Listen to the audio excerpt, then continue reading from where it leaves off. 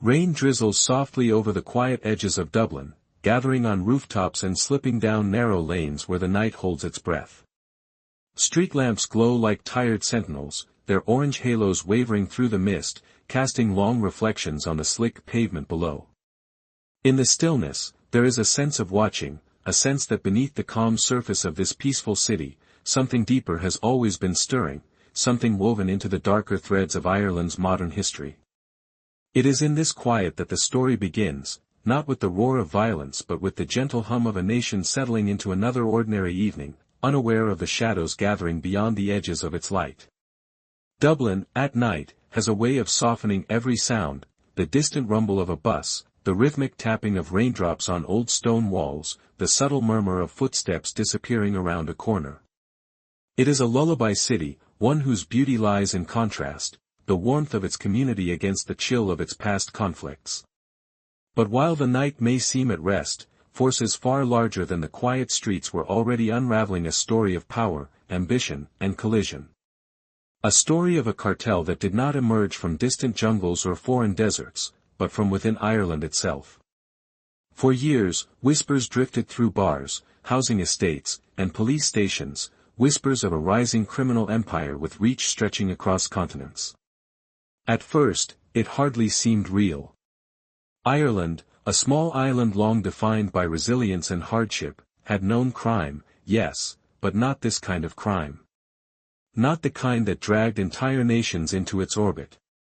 Not the kind that built a web from Dublin to Dubai, from South American rain-swept ports to the sun-baked streets of Marbella. Yet the whispers continued, growing in clarity, shaping into a name that would eventually dominate headlines, courtrooms, and international sanctions, the Kinahan Cartel. But before their empire would rise, before their alliances would span oceans and their enemies would command entire armed units, the world slept peacefully, blissfully unaware of how deeply one family's ambition would embed itself into the undercurrents of Europe. Tonight, in this gentle retelling, we drift backward in time, letting the story unfold slowly, like a fog lifting from the River Liffey. There is no rush here. Only a calm journey through the shadows of Ireland's past, guided by the quiet truth of what once was. Some stories of crime begin with brutality. This one begins with silence, because silence is where power often finds its first breath. In the absence of attention, in the overlooked corners of society, small operations become larger ones, and men who once walked unnoticed start carving out empires. The Kinahan story is one of such evolution, where modest beginnings gradually shaped into a structure so vast that governments would one day coordinate to bring it down. Yet in the early nights, in the soft glow of Dublin streets, no one could see how large those shadows would eventually grow. Tonight, imagine the faint outline of a figure moving through these dimly lit lanes. Perhaps he appears ordinary, just another man navigating the streets after the pubs have emptied and the music has faded. But the man's mind is already turning, calculating, reaching beyond the borders of the city he calls home. He is driven not by impulse but by vision, an unusual trait for someone born into hardship. In the quiet, he listens to the world around him, to its opportunities and vulnerabilities. Every great empire begins with a moment like this, a man in the dark, seeing what others do not. As the night deepens, the city seems suspended in a gentle stillness. Windows glow softly with the last lights of families winding down, televisions flickering in small living rooms, kettles whistling in kitchens where tea is poured before bed. Ireland is a country built on community, on warmth, on shared struggles and shared triumphs. Against this backdrop, the coming storm feels almost unthinkable. But every transformation in history has occurred quietly before it roared loudly, and this one is no different. Far from the city, across the sea, ports buzz with activity, ships loading containers, cranes swinging overhead, workers moving with practiced efficiency. These scenes, too, will soon become part of the story, though Ireland sleeps unaware. In safe houses, in holiday resorts, in meeting rooms across continents, deals will eventually be struck. Routes will be planned. Networks will grow. But not yet. For now, the world remains calm, like a sea before a distant hurricane, its winds not yet felt on Irish shores. As you listen, allow yourself to drift gently through the early atmosphere of this story. This is not a tale told with rushed urgency, but a slow unraveling. The Kinahan Cartel did not erupt into being, it formed gradually, layer by layer, built through patience, calculation, and an unrelenting pursuit of opportunity. In this quiet introduction, we stand at the threshold of that evolution, where the path ahead is still hidden in fog, and where every decision made in the shadows will ripple outward, shaping the destiny of a nation.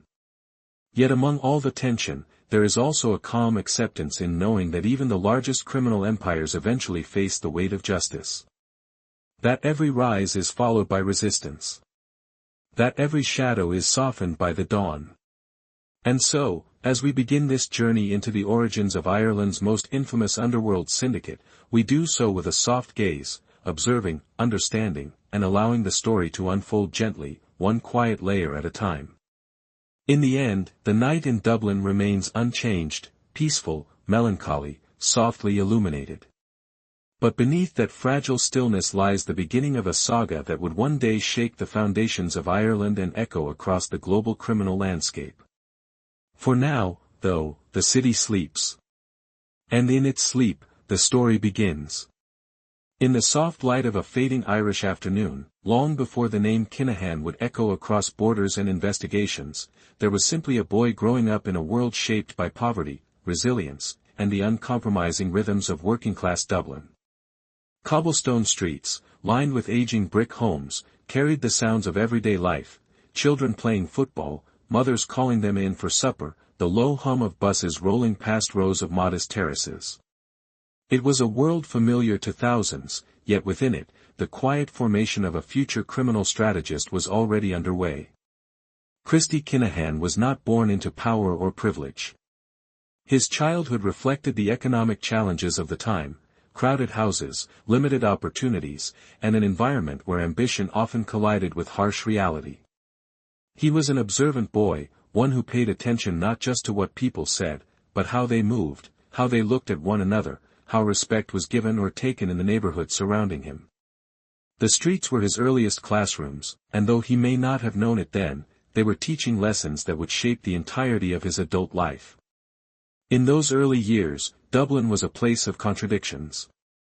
The Irish spirit of community was strong, neighbors looked out for one another, families shared meals and stories, and despite the lack of wealth, there was an abundance of togetherness. Yet alongside these values lived shadows of frustration, unemployment, and a system that often offered more barriers than doorways. Many young men learned quickly that the traditional path, school, work, stability, was not always available. Some adapted. Some rebelled. And some, like Christy, began to search for alternative routes through life, routes that demanded intelligence, courage, and an understanding of risk. He watched older boys drift into petty crime, not out of malice but out of necessity and the allure of fast money. Theft, small-time dealing, minor scams, each act seemed like a doorway into a different world. Christy observed more than he participated. He studied people, understood their motivations, and learned early on that power was more about knowledge than intimidation. In the quiet corners of his mind, curiosity mixed with a need for survival, planting the earliest seeds of ambition. Evenings in his neighborhood carried a certain rhythm, fathers returning from long shifts at factories, mothers preparing meals in small kitchens with the smell of broth drifting through half-open windows, children winding down the day as streetlights flickered to life. And somewhere among them, Christy walked with his hands in his pockets, his thoughts turning over silently. He was not a hardened criminal then, nor a leader, nor a mastermind. He was simply a young man growing aware of the invisible systems around him, the hierarchy of the streets, the economics of poverty, the subtle influence of reputation. These understandings would follow him long after childhood ended. In school, he was not particularly enthusiastic. Traditional learning held little appeal, the textbooks seemed detached from the realities he faced outside the classroom doors. But he was intelligent, more intelligent than many realized. He listened carefully, absorbed quickly, and remembered details with precision. Even as teachers scolded him for a lack of discipline, he was developing a different kind of education, one built on observation, interaction, and an instinctive understanding of how people responded to pressure, opportunity, and fear. As adolescence approached, the rift between him and the traditional life path widened. The jobs available were scarce and poorly paid. The city was changing, migration, economic strain, and the rise of various criminal elements shaped an undercurrent that many ignored but few escaped. Christy gravitated toward figures who seemed to move with purpose, who understood the unwritten rules of the street.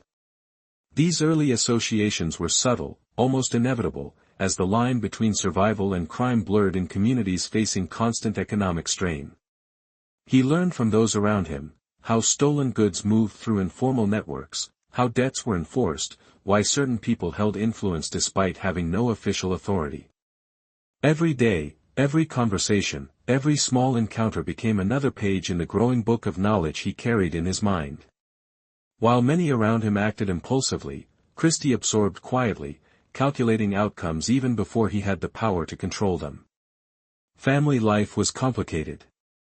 Like many Irish homes of the era, love and tension sat side by side.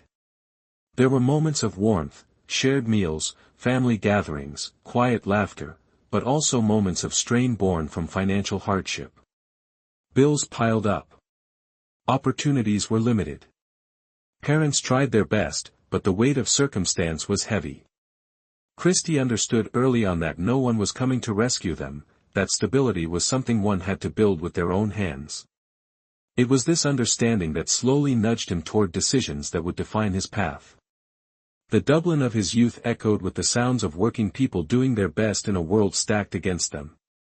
In the evenings, he walked streets where shadows danced across old brick walls, where the glow from pub windows cast warm pools of light, and where the conversations inside drifted through slightly open doors, conversations about money, luck, hardship, and the dream of something better. Those voices seeped into him, forming an internal map of desire and possibility. He began committing small offenses, nothing spectacular, minor thefts, risky deals, impulsive decisions made in the company of young men seeking a sense of control in their own lives.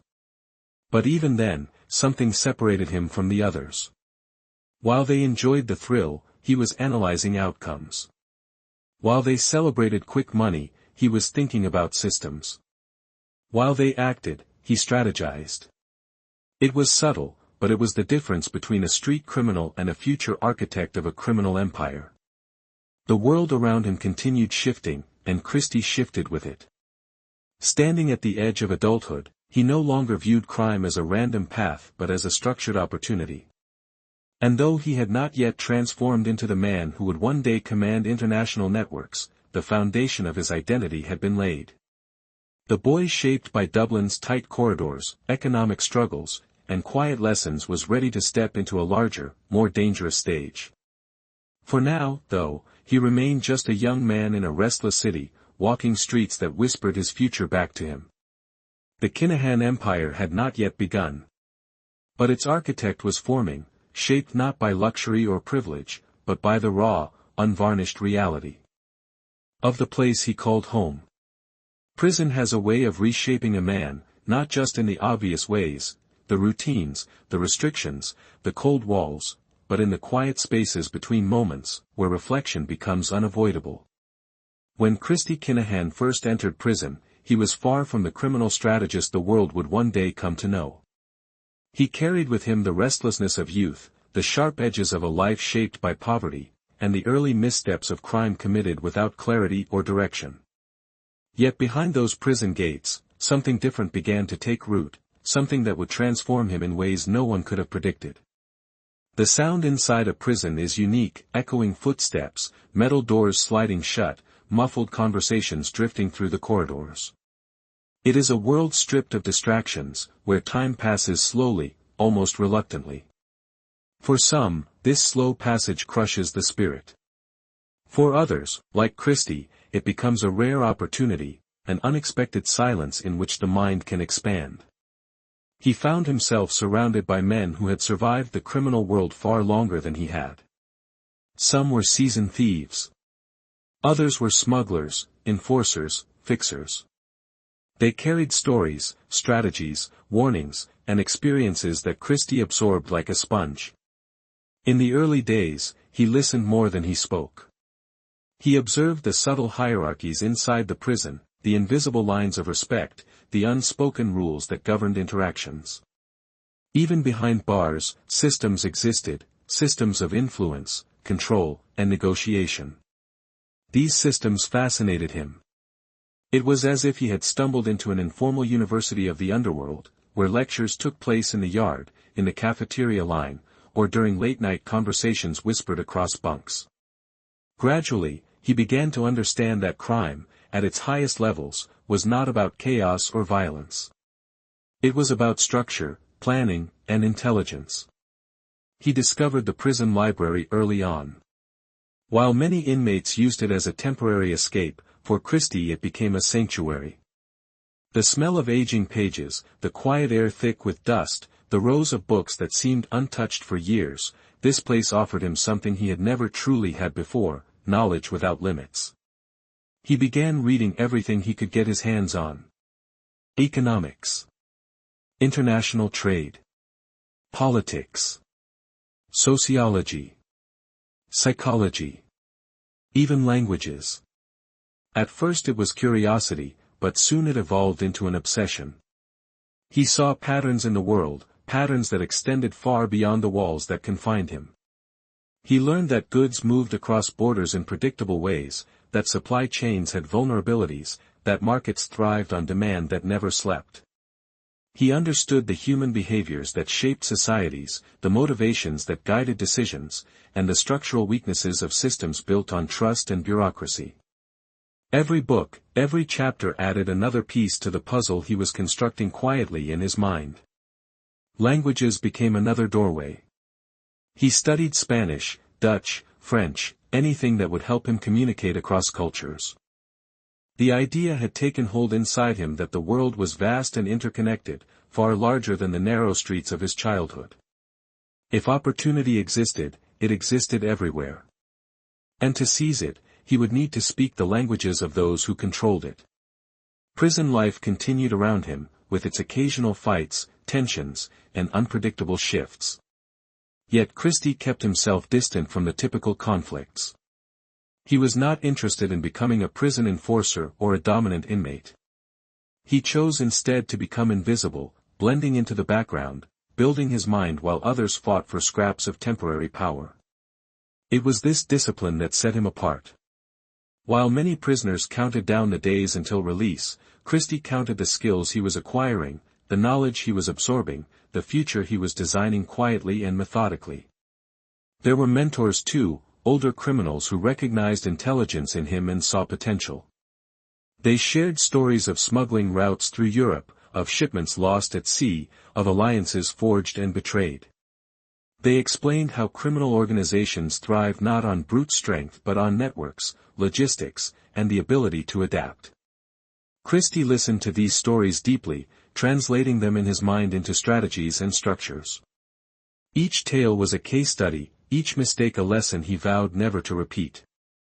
Evenings in prison were long and repetitive. The clang of doors closing for the night signaled solitude, a stretch of hours where introspection was unavoidable. For many inmates, this was when despair crept in. For Christy, it became the time he did his most important thinking. Lying on his thin mattress, with only the faint hum of distant voices around him, he imagined the world outside. He pictured the flow of goods across borders, imagined connections between countries, and envisioned networks that could move products faster and safer than any small-time criminal operation in Dublin. He realized that while others dreamed of freedom, he was dreaming of expansion. He saw clearly that small crimes offered small rewards, and that the future belonged to those who understood scale. The drug trade, with its international supply chains and enormous profits, required exactly the kind of strategic thinking he was developing. He recognized that the difference between local dealers and global traffickers was not strength, it was sophistication. Years passed. With each one, his mind sharpened. His worldview expanded. He began to shed the impulsive tendencies of youth, replacing them with calculation and patience. His reputation inside the prison shifted subtly. He was no longer seen as another inmate passing time. He became someone others sought advice from, someone who spoke thoughtfully and never without purpose. Even guards noticed his calm demeanor, his lack of troublemaking, his constant reading. By the time his release approached, Christy had transformed completely. He walked into prison as a young man shaped by the streets, and he walked out as a strategist with a vision far bigger than Ireland could contain. His experiences had not hardened him, they had refined him. He had emerged with a mind trained in observation, international thinking, and an understanding of human behavior that bordered on instinctive. When the prison gates finally opened and a world outside greeted him once again, it was not the same world he had left behind. But more importantly, he was not the same man stepping into it. He carried with him a mental arsenal, languages, knowledge, a network of connections, and a sense of purpose sharpened by years of study. The stage had been set. The architect of the future cartel was ready. And though the world had not yet noticed, Christy Kinahan's deliberate transformation behind those cold prison walls would soon become the foundation of one of the most sophisticated criminal enterprises Europe had ever seen. When Christy stepped out of prison, the air felt different, not just because he was free, but because he was returning to a world he no longer viewed through the eyes of a small-time offender.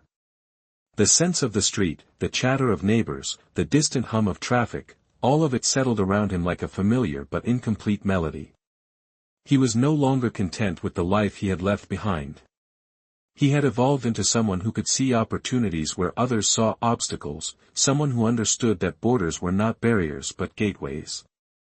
Ireland felt too small, too confined, too predictable. The ambitions shaping his thoughts stretched far beyond Dublin's city limits. He knew that the world of petty crime had no future for him. That world was chaotic and full of risks he no longer wished to take. His mind had shifted toward structure, scale, and strategy. If he was to build anything meaningful, he needed to step into spaces where global trade moved quietly and constantly, where goods traveled in volumes beyond imagination, and where entire markets could be exploited by those who understood the rhythm of international commerce. So he left. It wasn't dramatic. There were no announcements, no dramatic farewells. Christy simply slipped out of Ireland and into Europe, as quietly as a man stepping from one room into another. His first destination was the Netherlands, a country he had learned about extensively during his years of studying logistics and trade. He arrived with little more than determination and knowledge, yet those were enough. The ports of Rotterdam and Amsterdam fascinated him. Massive ships lined the waterfront, loaded with containers stacked like giant building blocks. Cranes soared overhead, lifting steel boxes filled with goods from every continent. Workers moved with precision, guiding shipments to warehouses, customs stations, and distribution hubs. This was the world he had imagined from his prison cell. A world where goods disappeared into the flow of millions of other items, where anonymity was easy for those who understood how to hide in plain sight. He spent days observing, walking the docks, watching how containers were checked, how trucks were scheduled, how paperwork flowed through offices. He found rhythms in these processes, patterns he believed could be manipulated, gaps that could be exploited by someone who thought differently than the average smuggler. He didn't announce himself to anyone. Instead, he made small connections, a dock worker who didn't ask too many questions, a clerk in a logistics office who enjoyed conversation, smugglers who recognized the value in a man who knew how to speak several languages. He listened, asked subtle questions, and learned even more than what the books had taught him. Every detail mattered. Every inefficiency mattered. Every overlooked checkpoint mattered. Soon, he expanded his presence to other parts of Europe. In Belgium, he studied smaller ports where security was softer. In Spain, he found communities of Irish expatriates, some involved in nightlife, some in drugs, some simply trying to live under warmer skies. In Germany, he observed transport companies with extensive networks stretching eastward. He realized that Europe was not a collection of isolated countries, it was a single vast organism, and he was learning its circulatory system. His ambition grew alongside his understanding. He began meeting with people who operated at higher levels of international crime, older traffickers, intermediaries, suppliers, distributors. They were cautious at first. Christy was not yet a major figure. But his intelligence made them curious. He wasn't reckless, nor was he loud. He never bragged. He asked the kinds of questions that only someone with a strategic mind could form. And he listened more than he spoke. This made him rare, and in the criminal world, rarity was respected. He slowly built relationships, not through force but through trust. He offered insights, highlighted weaknesses in their routes, suggested alternative corridors, pointed out ways to avoid detection. Many scoffed initially, but some listened. And those who listened grew wealthier, safer, more efficient. Word began to spread, quietly, that the Irishman with sharp eyes and soft speech understood the game on a different level. Spain became a second home for him. Its coastlines, warm climates, and growing expat communities made it a haven for European criminals seeking refuge from colder climates and stricter enforcement. Christy blended into this environment easily. He studied the marinas, the nightclubs, the tourist routes that masked constant comings and goings. He discovered that Spain was more than a hideout, it was a gateway, a meeting point for buyers, sellers, and brokers from across the continent. There, he forged alliances that would become the backbone of his emerging network. He connected with Dutch distributors, Moroccan hashish suppliers, British traffickers specializing in synthetic drugs, and Spanish groups who controlled crucial points in shipping routes. These connections were not accidental, they were carefully built through patience, negotiation, and respect for the delicate balance of criminal ecosystems. The transformation from a lone strategist into a budding cartel architect was gradual. There were no ceremonies or formal titles. Instead, power came to him naturally because he understood the structure of crime as if it were a living organism. He knew where to place himself. He knew how to speak to men who had lived decades in the shadows. He offered value, not intimidation. That difference, subtle yet significant, made him indispensable. And through all of this, a family name began to form into something larger than just a surname. Kinahan, once just another name on the streets of Dublin, was becoming a quiet whisper in Europe's underworld.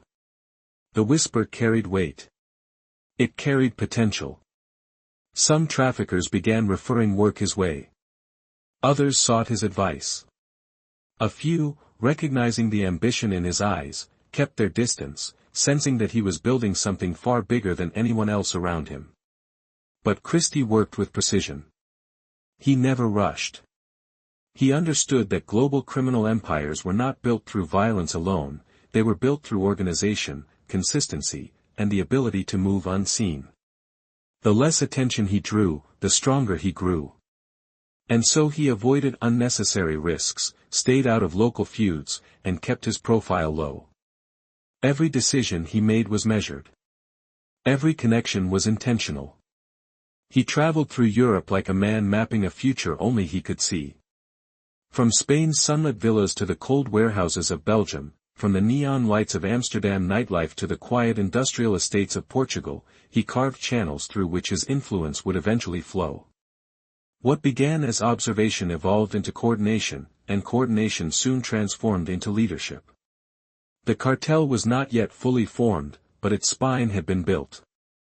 Its lungs were expanding. Its heart was beginning to beat.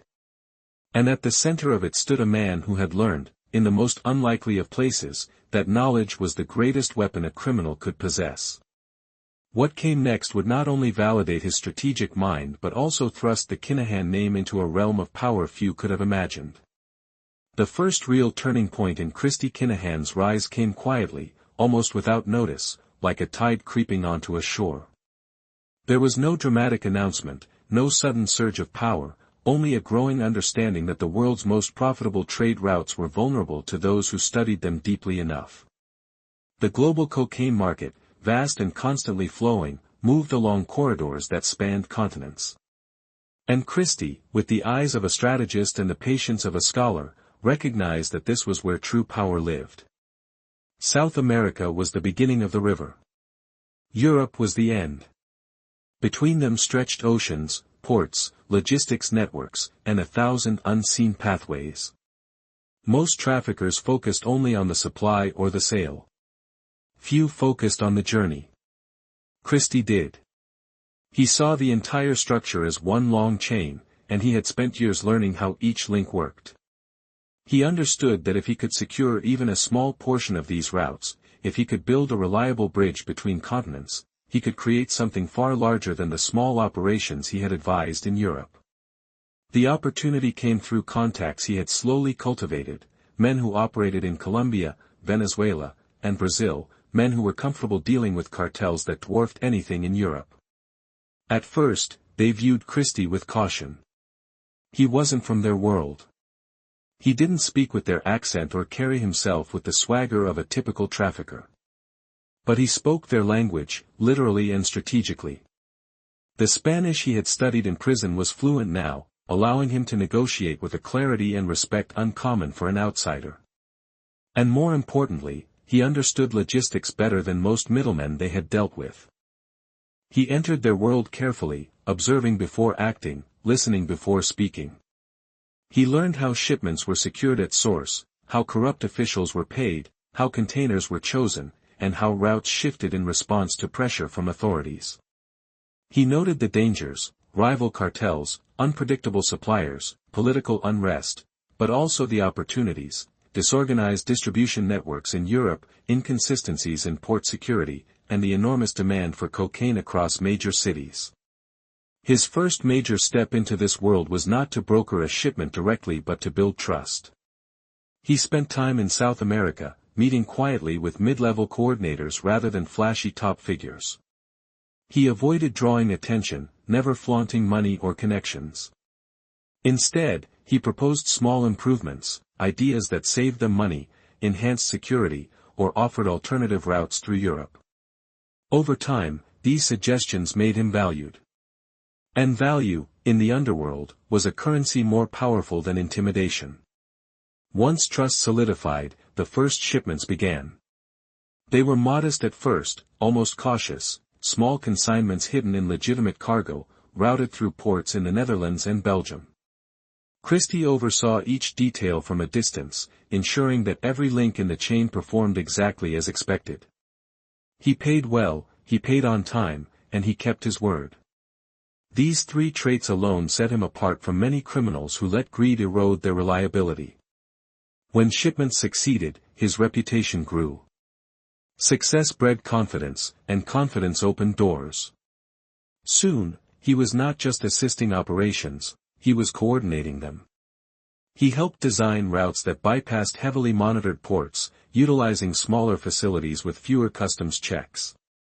He perfected the art of blending illegal cargo into the vast crowds of legitimate goods moving daily across Europe. A container filled with fruit could hide packages sealed with precision. A shipment of machinery could conceal compartments welded shut in ways only insiders would detect. Every movement was calculated, every risk measured. As profits grew, so did the cartel's capabilities. Christy reinvested money not into luxury but into infrastructure. Warehouses in strategic locations. Safe houses in quiet neighborhoods. Transport companies that offered plausible deniability. Banking connections that could move money through layers of accounts until it emerged clean on the other side. With each element in place, the operation expanded like a web stretching across the continent.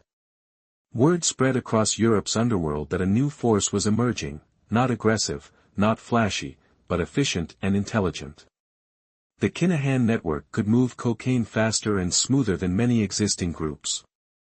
Their shipments were reliable. Their losses were minimal. Their connections were growing. For traffickers seeking stability in a chaotic market, this was invaluable. And so, more partners came knocking. More suppliers sought collaboration. More distributors reached out for business. The cartel grew not through violence but through trust and structure. This made it different from many outfits in Europe that relied heavily on intimidation. Christy focused on minimizing conflict. Violence attracted attention. Attention attracted police. Police disrupted operations. So he favored diplomacy, negotiation, and strategic partnership over bloodshed. He built alliances instead of enemies, weaving together a network that thrived on cooperation rather than fear. Yet, beneath the calm surface, there was always tension. Success brought scrutiny. Authorities across Europe began noticing patterns, shipments moving too consistently, seizures growing rarer, intelligence indicating a rising Irish presence in the cocaine trade. Investigators in the Netherlands, Belgium, France, and Spain started connecting dots, tracing the outlines of something bigger than they had previously imagined. But Christy remained steps ahead. He diversified routes, shifted ports regularly, changed suppliers when necessary, and ensured that no single part of his operation carried enough information to destroy the whole. His was not a cartel in the traditional sense. It was a network of networks, a series of interlocking systems that made it difficult to trace the mastermind behind them. This growing empire wasn't built overnight. It expanded quietly, month by month, year by year, until the Kinahan network controlled significant corridors of cocaine flowing into Europe.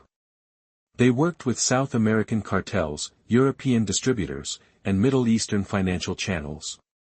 Money moved in rivers. Drugs moved in waves. And each successful movement strengthened Christie's influence. It was during this period that the first hints of a true cartel began to form. The Kinahan name was spoken more frequently in underworld conversations. Competitors realized they were facing an organization that didn't operate like a gang but like a business. And law enforcement agencies, though not yet fully aware of the scale, sensed the emergence of a sophisticated Irish-led network unlike anything the nation had produced before. Through all this, Christy remained calm. He avoided the spotlight. He avoided unnecessary risks. His empire grew in silence, like ivy climbing a wall, unnoticed until it had covered everything. And as the cocaine corridors strengthened and profits surged, the stage was set for the next phase, an expansion that would bring his son Daniel into the fold and propel the Kinahan Cartel into the ranks of Europe's most powerful criminal organizations. Long before the world knew his name, Daniel Kinahan grew up in the shadow of a man whose ambition stretched across continents. Yet Daniel's story was not one of a boy forced unwillingly into his father's world. It was the story of someone who moved effortlessly between two realities, shaped by both the ordinary rhythms of Irish family life and the extraordinary undercurrents of international crime. His childhood, though outwardly unremarkable, carried a quiet duality that would one day define him, the innocence of youth mixed with the subtle awareness that his father was no ordinary man. He spent parts of his early life in Dublin, surrounded by the familiar sounds of the city, vendors calling from street corners, the laughter of children echoing through narrow lanes, and the soft hum of buses rumbling down worn roads. But unlike most children his age, Daniel also experienced a second world. As Christy began establishing footholds across Europe, Daniel was exposed to environments far beyond Ireland's borders. He learned to adapt quickly, to move comfortably between cultures, to observe silently in rooms filled with men whose conversations carried far more weight than he could yet understand. Those early travels left impressions on him: sunlit Spanish coastlines, Dutch city streets lined with bicycles, quiet cafes where deals were whispered in multiple languages. These were not vacations but immersive lessons, allowing Daniel to absorb a lifestyle shaped by mobility, secrecy, and sophistication. While other boys dreamed of sports or schoolyard victories, Daniel learned about discretion, caution, and the power of staying unnoticed. His father never openly groomed him for the life he was building, but the influence was inevitable. Christy's world had gravity, a subtle pull that shaped Daniel's thinking long before he realized it. He watched how his father navigated conversations, how he maintained calm in tense moments, how he treated information as currency. Daniel inherited not just the environment but the demeanor, the stillness, the self-control, the ability to observe before speaking. As he grew older, he spent more time in Spain, particularly along the Costa del Sol. Marbella, with its shimmering marinas, luxury villas, and golden beaches, became the backdrop of his adolescence. The place had a rhythm unlike anywhere else, a slow, warm pulse that made time seem fluid. Days drifted into evenings filled with the scent of sea air and distant music. The Spanish sun softened everything, including the weight of the life unfolding around him. If Dublin was where Daniel learned resilience, Marbella was where he learned presence, the poised confidence that would later make him seem both charming and unreadable. In these years, he formed friendships with people from diverse backgrounds, businessmen, athletes, entertainers, and expatriates from across Europe. Many were drawn into his orbit simply because he carried himself with a calm authority unusual for someone so young.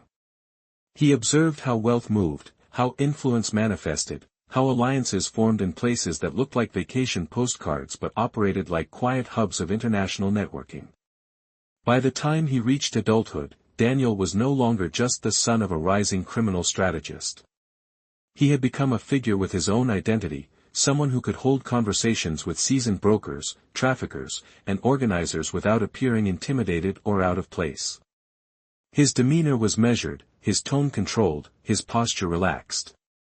These qualities made him seem harmless to some, respectable to others, but to those who truly paid attention, it was clear he possessed a mind shaped by the same quiet intelligence that defined his father. When Christy began expanding his operations, Daniel naturally began to play a role, not because he forced his way in, but because he understood the system instinctively. He was familiar with the routes, the alliances, the tone of secrecy that governed every decision. He knew how to move through the world without drawing attention, how to communicate indirectly, and how to read people before they said a word. These were skills learned not from books but from years of passive immersion. Daniel's rise within the organization was gradual but steady. He was not a street enforcer or a man who handled the rough edges of the trade. Instead, he became a bridge, a diplomat of sorts, able to speak with suppliers, associates, and intermediaries in ways that smoothed negotiations and quieted tensions. His father trusted him not for his name but for his composure, his reliability, and the way he approached problems with calm logic instead of emotion.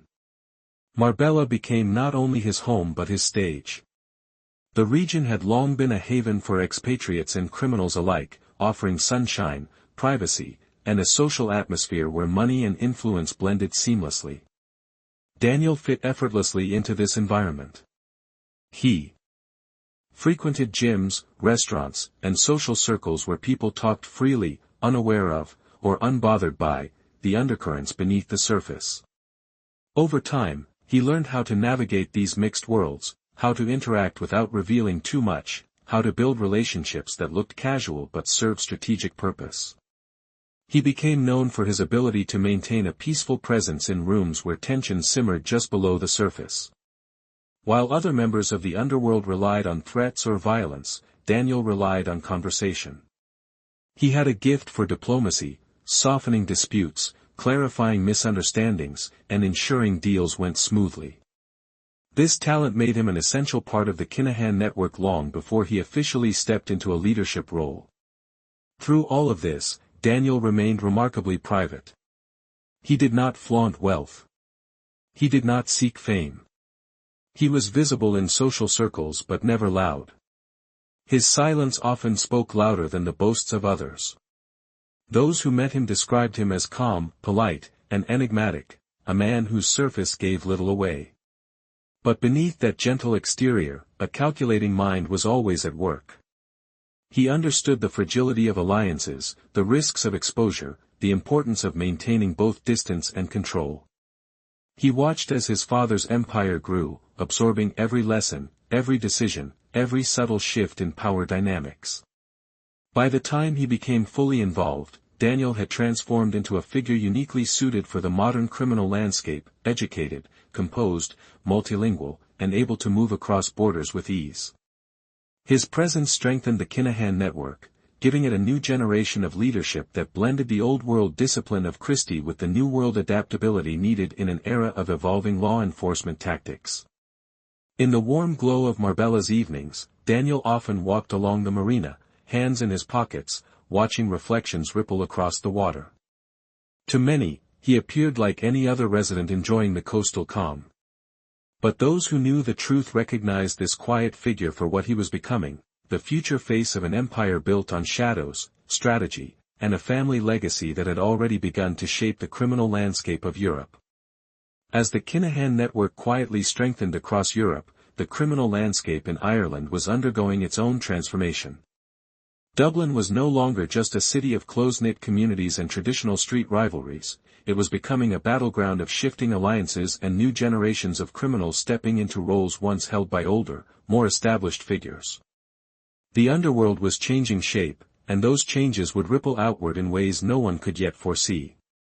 In the early 2000s, Irish crime still had traces of an older era, one shaped by armed robberies, paramilitary influences, and neighborhood bosses who operated within clearly marked territories.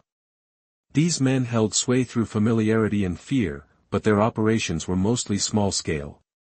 They controlled their streets but rarely reached beyond them. Things were local, personal, almost predictable. Disputes, though dangerous, were contained within neighborhoods where everyone knew the rules. But quietly, almost imperceptibly at first, that world began to fade. New groups emerged, young, ambitious, restless. They had grown up during Ireland's economic shifts, surrounded by a mix of deprivation and aspiration. They saw how the drug trade was expanding, how European markets were opening, how money flowed more freely than in the criminal worlds their fathers had known. These younger men were hungry. They wanted more than street-level dealing.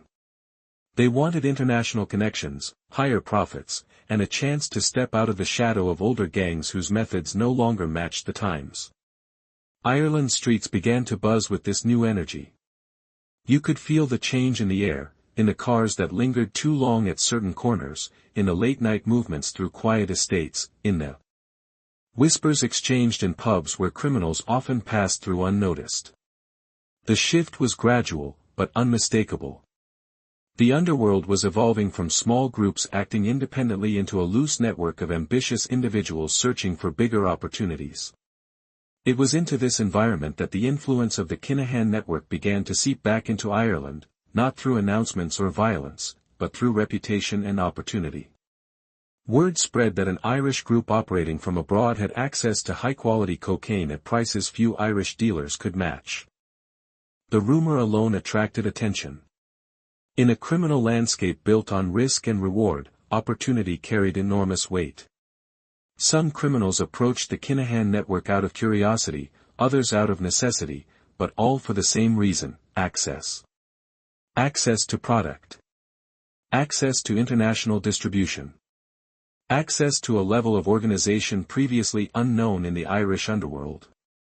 And Christy, with his experience and strategic mind, recognized the advantage of forming relationships with local groups that already held influence on the ground. These alliances were not formal. They were not written down. They simply grew, naturally, as trust and mutual benefit accumulated.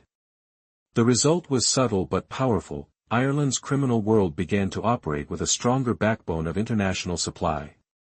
The Kinahans were not visible leaders in the streets of Dublin, Cork, or Limerick, they were the invisible engine behind many operations. Their influence flowed quietly through trusted intermediaries, fueling the ambitions of younger gangs that had never before been able to access the resources now within reach. But while the Kinahans were bringing Europe to Ireland, Ireland itself was changing internally. Old feuds simmered beneath the surface. Former allies drifted apart. Families that had once stood united fractured as younger members sought their own paths. Boundaries were blurred, and the old codes of conduct, those unwritten rules that governed violence and respect, began to loosen. Disputes became more personal, more unpredictable. A new generation of criminals had risen with fewer loyalties and more desire for quick gains. Neighborhoods once governed by intimidation now saw violence erupt without warning. Shootings that once shocked entire communities began to feel, disturbingly, like part of the background noise. The drug economy had grown too large, too lucrative, too tempting. And with more money came more desperation. Ambitions, once contained, now spilled over into conflicts that flared in back alleys, car parks, and the doorsteps of seemingly ordinary homes. Yet through this rising chaos, the Kinahan network maintained an unusual calm. They stayed above the fray, operating at a level far beyond local disputes.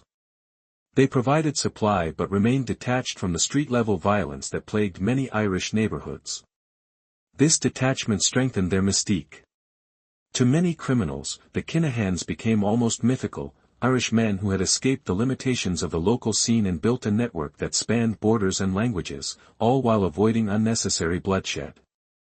But not everyone viewed them with admiration. Some older figures in the Irish underworld saw the Kinahan influence as a threat, a disruption to the balance they had long maintained. They resented the younger generation's fascination with an international network they did not belong to.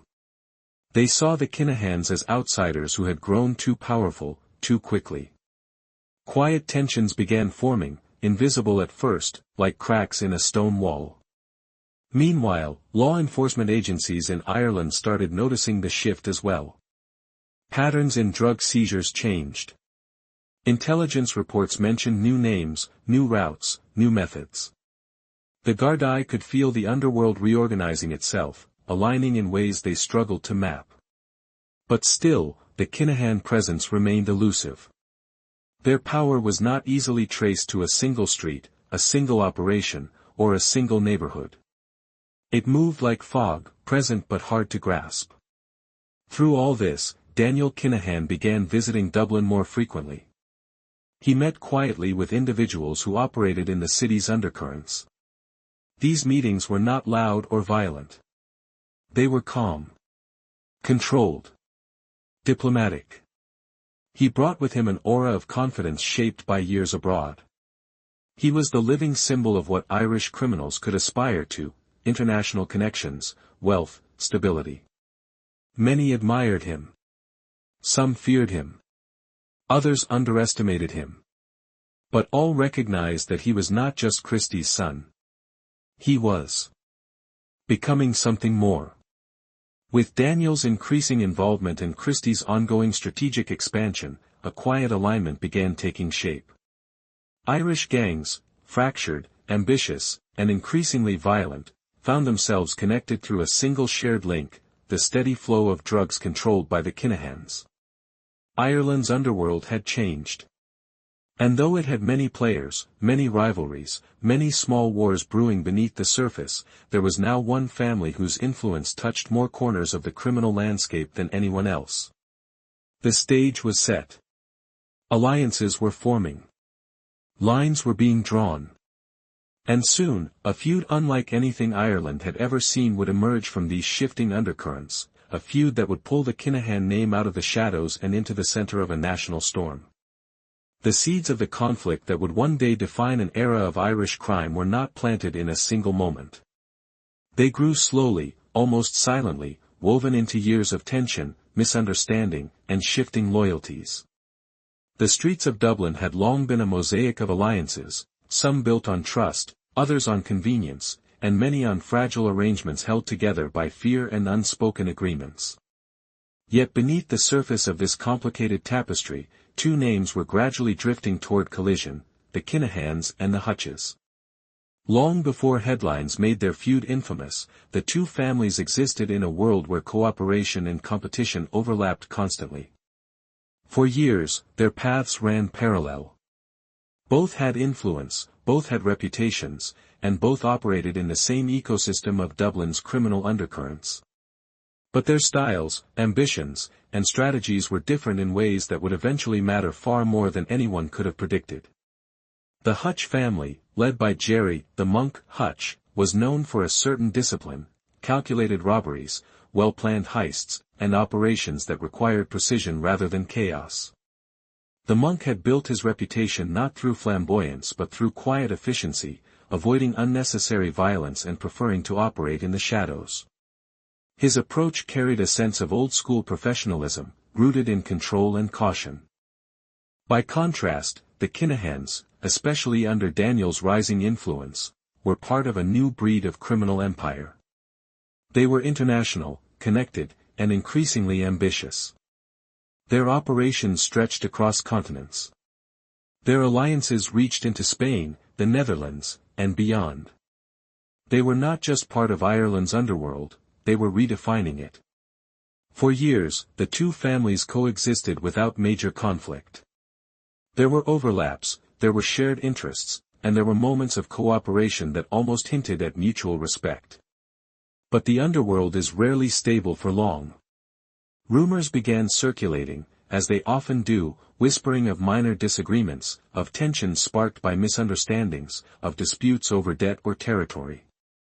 Nothing serious at first, just the usual cracks that form when powerful people move within the same circles. Yet some tensions grow not because of a single act, but because of differences in worldview. The Hutches valued discretion and careful planning. The Kinahans valued expansion and scale. The Hutches preferred to keep Dublin as a core base of influence. The Kinahans saw Dublin as only one piece of a much larger puzzle. These differences might have remained manageable, if not for a handful of key figures whose personal motives, fears, and ambitions added heat to the embers already glowing beneath the surface. Around this time, smaller incidents began to occur. A dispute over a stash. A disagreement during a meeting. A falling out between individuals linked to each side. Each moment alone seemed insignificant, but collectively they shifted the atmosphere. Conversations grew cautious. Meetings became tense. Trust frayed at the edges. People who once greeted each other with familiarity now exchanged guarded glances. Both families sensed the shift, but neither was willing to escalate. Not yet.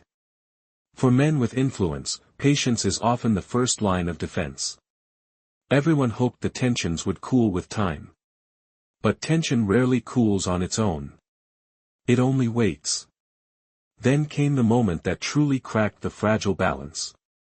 It was not a clash between the two patriarchs, nor a grand betrayal orchestrated from the top. Instead, it stemmed from an event that could have happened in any criminal ecosystem, an incident involving drugs, money, and a young man caught between loyalty and survival. A shipment tied, directly or indirectly, to the Kinahan network was disrupted. Fingers were pointed. Blame shifted rapidly. Rumors spread even faster. And somewhere in the midst of this confusion, the suspicion landed near associates of the Hutch family. Whether justified or not, the belief alone was enough to spark a quiet fury. The streets buzzed with speculation. Whispers filled back rooms and late-night gatherings. Some said a debt had gone unpaid. Others claimed someone had spoken out of turn. A few believed it was simply the inevitable result of two powerful families brushing too close to each other for too long. But beneath every version of the story was the unmistakable sense that something important had changed. Meetings that once felt tense now felt dangerous. Words that once carried caution now carried threat. Silences that once seemed neutral now felt heavy. Daniel Kinahan, by this time deeply involved in the organization's operations, felt the shift keenly. He had always been calm, always diplomatic, but even he could sense that the relationship between the two families was becoming brittle. There were moments when he attempted to ease tensions, to explore resolutions, to keep things from spiraling. But diplomacy only works when both sides trust the ground beneath their feet, and by now, that ground had eroded. In Dublin, the criminal atmosphere thickened. Old loyalties were questioned. New alliances were tested. Everyone sensed the storm forming, but few understood how severe it would become. The Hutch family, dealing with its own internal dynamics, watched the Kinahans grow in influence far beyond Irish borders. Some interpreted this growth as a threat. Others saw it as an inevitability. And as mistrust deepened, every small slight became magnified. A missed call. A delayed payment. A rumor whispered in the wrong ear. A meeting that ended awkwardly. None of these alone would have ignited the war that followed, but together they formed a chain of causes, each link tightening the tension between two families whose fates were slowly intertwining. The wider Irish underworld sensed the coming conflict long before the first shots were fired. There was a chill in the air, a subdued fear that made criminals avoid certain neighborhoods, cancel certain meetings, and move more cautiously through the streets. The Gardaí sensed it too. Taprooms grew quiet when certain names were mentioned. Conversations in prison yards took on a sharper edge. Yet even then, no one imagined how explosive the feud would become. No one foresaw how violence would spill into public spaces with shocking force. No one predicted the unprecedented impact it would have on Ireland itself. For now, the seeds were planted. The soil was fertile with suspicion. The roots of conflict had begun to grow. And the spark that would ignite the most infamous feud in modern Irish criminal history was drawing closer, waiting for the moment when it could transform tension into something far more devastating. When it came, it would happen in a place no one expected, under circumstances that would shock the entire nation, and it would change the course of the Kinahan Empire forever. The morning of the Regency Hotel event began like any other in Dublin, overcast skies, a chill in the air, and the familiar grey light settling over the city like a soft blanket. No one stirring awake that day could have imagined that within a few hours, Ireland would witness one of the most shocking moments in its modern criminal history. It was a day that would not only ignite a ferocious gangland war but forever alter the public's understanding of the underworld operating in their midst. The Regency Hotel was not the kind of place anyone expected chaos. Situated near Dublin Airport, it hosted conferences, weddings, and sporting events. On that February afternoon, it buzzed gently with the energy of a boxing weigh-in, a routine gathering of fighters, trainers, promoters, and spectators. These events were typically lively but controlled, filled with conversation, laughter, and the competitive tension that comes with the world of combat sports. The air always carried a sense of excitement, the kind that felt harmless, energized, almost festive. Inside the lobby, people moved about casually. Some leaned against walls with coffees in hand, others chatted in small circles, and fighters prepared mentally for their upcoming matches. The atmosphere was warm, familiar, the kind of scene where nobody scans the room for danger. Why would they? The Regency was a safe place, a public place, a place where the biggest worry was whether your fighter would make weight. But outside, something was shifting. A car rolled to a stop. The doors opened. Men stepped out dressed in the unmistakable uniforms of Ireland's Emergency Response Unit, black tactical gear, ballistic vests, balaclavas. At first glance, they looked official, the kind of officers you'd expect to see only in the midst of a major police operation. But they were not police. Their appearance was a disguise, chosen not to protect the public but to deceive them. They moved with purpose, disciplined and confident. Their steps were steady, their posture calm. To anyone watching from afar, they looked like law enforcement responding to a threat. But the threat was them. Inside the hotel, time seemed frozen in the moments before what would become an infamous scene. People continued their conversations, unaware of the storm approaching. The hum of voices blended with the faint clatter of cups and the distant echo of shoes against tiled floors. Then the doors opened. What happened next unfolded in seconds but would reverberate for years. The men in tactical gear entered with a determination that left no room for confusion. Panic rippled through the lobby, a shockwave of disbelief spreading from person to person. Shouts broke the calm. Chairs toppled. People ran, ducking behind counters, diving into hallways, pushing through any available exit. In the middle of the chaos lay the unmistakable target, a man connected to the Kinahan network, believed by the attackers to be a critical figure. The operation was precise, targeted, and chillingly executed. There were no warning shots, no attempts at negotiation, only cold intent carried out in a place meant for celebration and sport. The sound that followed, sharp, violent, echoing, seemed to hang in the air far longer than it lasted. The shock gripped everyone around. Some froze. Some cried. Some simply couldn't process what they were seeing. Violence of this nature had occurred in Ireland before, but never like this. Never with such audacity. Never in such a public setting, in broad daylight, in front of ordinary people who had come for nothing more than a sporting event. Outside, word began to spread. People spilled into the streets, confused, shaken, trying to call loved ones, trying to make sense of what they had witnessed. Gardaí rushed to the scene, their presence creating an almost surreal contrast with the fake officers who had just fled. Sirens wailed through the neighborhood, cutting through the otherwise cool, quiet afternoon air. For those who escaped uninjured, the memory would remain vivid, the fear, the disbelief, the sense that something fundamental in their understanding of safety had shifted. An unspoken thought surfaced in many minds: if violence like this could erupt here, in such a public setting, then nowhere was truly shielded from the forces at play behind the scenes. Ireland, too, felt the shock. News outlets flashed bulletins across screens. Radios interrupted regular programming. Social media filled instantly with speculation, eyewitness accounts, and growing fear. A country accustomed to sporadic underworld violence now faced a new reality, one where criminal organizations were willing to stage military-style operations in crowded civilian spaces without hesitation. Behind closed doors, both families, Kinahan and Hutch, grappled with the implications. For the Hutches, the attack marked a dramatic escalation in a feud that had been simmering beneath the surface. For the Kinahans, it was not just a threat but a declaration of war. The lines that had once wavered between distrust and hostility were now carved in stone.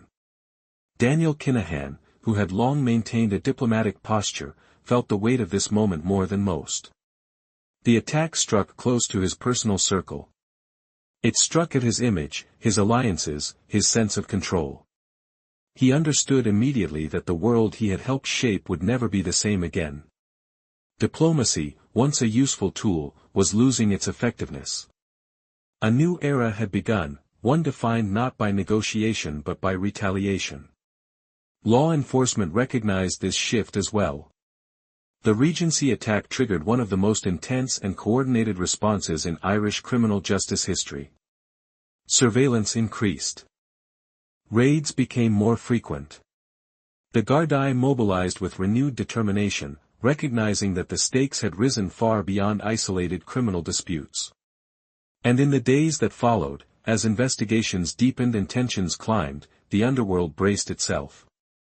Because everyone knew, not in whispers, but in certainty, that what happened at the Regency was only the beginning. Retaliation would come. Bodies would fall. Families would be torn apart. And Ireland, once more, would be forced to confront a violence that felt foreign yet frighteningly close.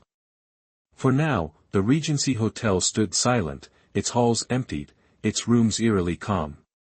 The echoes of that day lingered in the walls, in the memories of those who had been there, in the national consciousness. The moment had passed, but the consequences were only beginning to unfold. No one at the time knew just how deep the feud would go or how far the war would stretch. But one thing was clear: Ireland had crossed a threshold. The shadows were no longer confined to the underworld. They had stepped boldly into the light. In the days and months that followed the Regency attack, Europe seemed to exhale slowly, as though absorbing the shockwave that had rolled out from Dublin. The event was not just an Irish tragedy, it was a signal, a rupture that echoed across borders and landed quietly on the desks of police chiefs, intelligence analysts, and organized crime units from Amsterdam to Madrid. What had happened in that hotel lobby was impossible to ignore. It forced law enforcement agencies to reconsider the scale, sophistication, and reach of the Kinahan network in ways they had not fully grasped before. In quiet offices lit by the glow of computer screens, investigators pored over files that had once been dismissed as minor threads in a larger web. Those threads suddenly looked tighter, more interconnected, more urgent. Men and women who had spent years tracking European traffickers recognized that the violence erupting in Ireland was tied directly to the broader machinery of drug trafficking across the continent. It was not local. It was not isolated. It was a symptom of a much larger organism. In the Netherlands, where ports like Rotterdam and Antwerp served as crucial gateways for cargo from around the world, police noticed patterns that aligned with Irish intelligence reports. Shipments linked to individuals associated with the Kinahan network had passed through their systems more frequently than previously understood. Some had gone unnoticed at the time, blending effortlessly into the endless river of global commerce. Now, in retrospect, they formed a constellation of clues. Belgium began examining old seizures and re-evaluating the significance of names that had once seemed minor.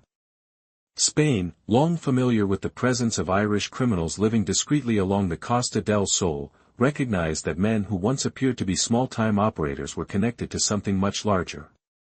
Even countries far removed from Ireland, Germany, France, Portugal, found their databases surfacing names, phone numbers, and travel logs connected to a network that was no longer in the shadows. The Kinahan Cartel had become a European problem. But understanding the scale of the cartel's influence required more than just reading files. It required cooperation, something that European agencies often struggled with due to differing laws, priorities, and resources. Yet the Regency attack changed that dynamic. It offered a clear and disturbing example of how far an underworld feud could reach, how bold criminals could become when they believed they were untouchable. Meetings took place behind closed doors. Task forces were formed, some openly, others quietly. Intelligence sharing channels were strengthened. Analysts compiled profiles, timelines, and cross-border case studies. They charted movements, marinas in Marbella, flights in and out of Malaga, bank accounts in small European territories, rental properties linked to shell companies, cryptic conversations intercepted through international surveillance networks. It was in these rooms, filled with maps pinned with photographs, that the true magnitude of the Kinahan operation began to emerge. Investigators saw how drugs moved from South America into Europe with smooth efficiency, how shipments were protected by layers of intermediaries, how money flowed into real estate, luxury assets, and offshore accounts. They saw how the cartel leveraged legitimate businesses to conceal illicit activity, how its leaders avoided the flamboyance that usually drew attention, and how the network structure allowed it to operate like a multinational corporation. While European authorities pieced together the puzzle, the Kinahans themselves felt the attention tightening. Daniel, once calm and confident in his ability to move freely across borders, began noticing subtle signs, questions at airports, unusual interest from financial institutions, unfamiliar faces watching from a distance. The cartel had always favored discretion, but now, discretion alone wasn't enough. The landscape was shifting. Christy, from his vantage point of experience, understood the danger earlier than most. He sensed the growing unease among European agencies, the renewed urgency, the way investigators were beginning to speak each other's language, not in words, but in purpose. He had survived decades by anticipating pressure before it arrived, and now that instinct whispered that the world was paying attention in a way it hadn't before. In Spain, police increased surveillance around known meeting spots. Officers in unmarked cars followed vehicles on narrow coastal roads lined with palm trees swaying gently in the breeze. Investigators monitored villas perched on hills overlooking the glittering Mediterranean Sea, homes that appeared peaceful but pulsed with quiet activity behind closed doors. In the Netherlands, customs officials paid closer attention to containers from regions associated with cartel activity. Every number, weight discrepancy, or unusual routing flag triggered scrutiny. Dogs moved between shipping rows, handlers walking in steady rhythm, searching for anomalies among the towering stacks of steel containers. Belgium tightened inspections at ports. France tracked financial transfers. Germany investigated connections to logistics companies. Together, these efforts formed a tightening net, not yet closed, but closing. And yet, ironically, the more authorities observed, the more they realized just how deeply the cartel had already embedded itself into Europe's criminal economy. It wasn't just a network. It was a system. A structure built over years of meticulous planning. A structure that moved silently through cities, ports, and financial channels without drawing attention. But violence had changed the equation. The Regency attack dragged the cartel into the public consciousness, transforming it from a whispered name among criminals into a subject of national conversation. With public attention came political pressure. With political pressure came coordination. And with coordination came the first cracks in the cartel's sense of invincibility. Behind the scenes, European agencies started to exchange intelligence freely. They shared intercepts. Shared surveillance logs. Shared financial data. Shared the evolving picture of a cartel that had grown far bigger and far more capable than previously acknowledged. Still, through all of this, the Kinahan network continued to operate. Shipments moved. Money flowed. Connections persisted. The cartel remained resilient, confident in its infrastructure and insulated by layers of loyal associates. But there was a change in the air, an undercurrent of caution that had not existed before. The Europe that had once allowed the cartel to expand quietly was now watching.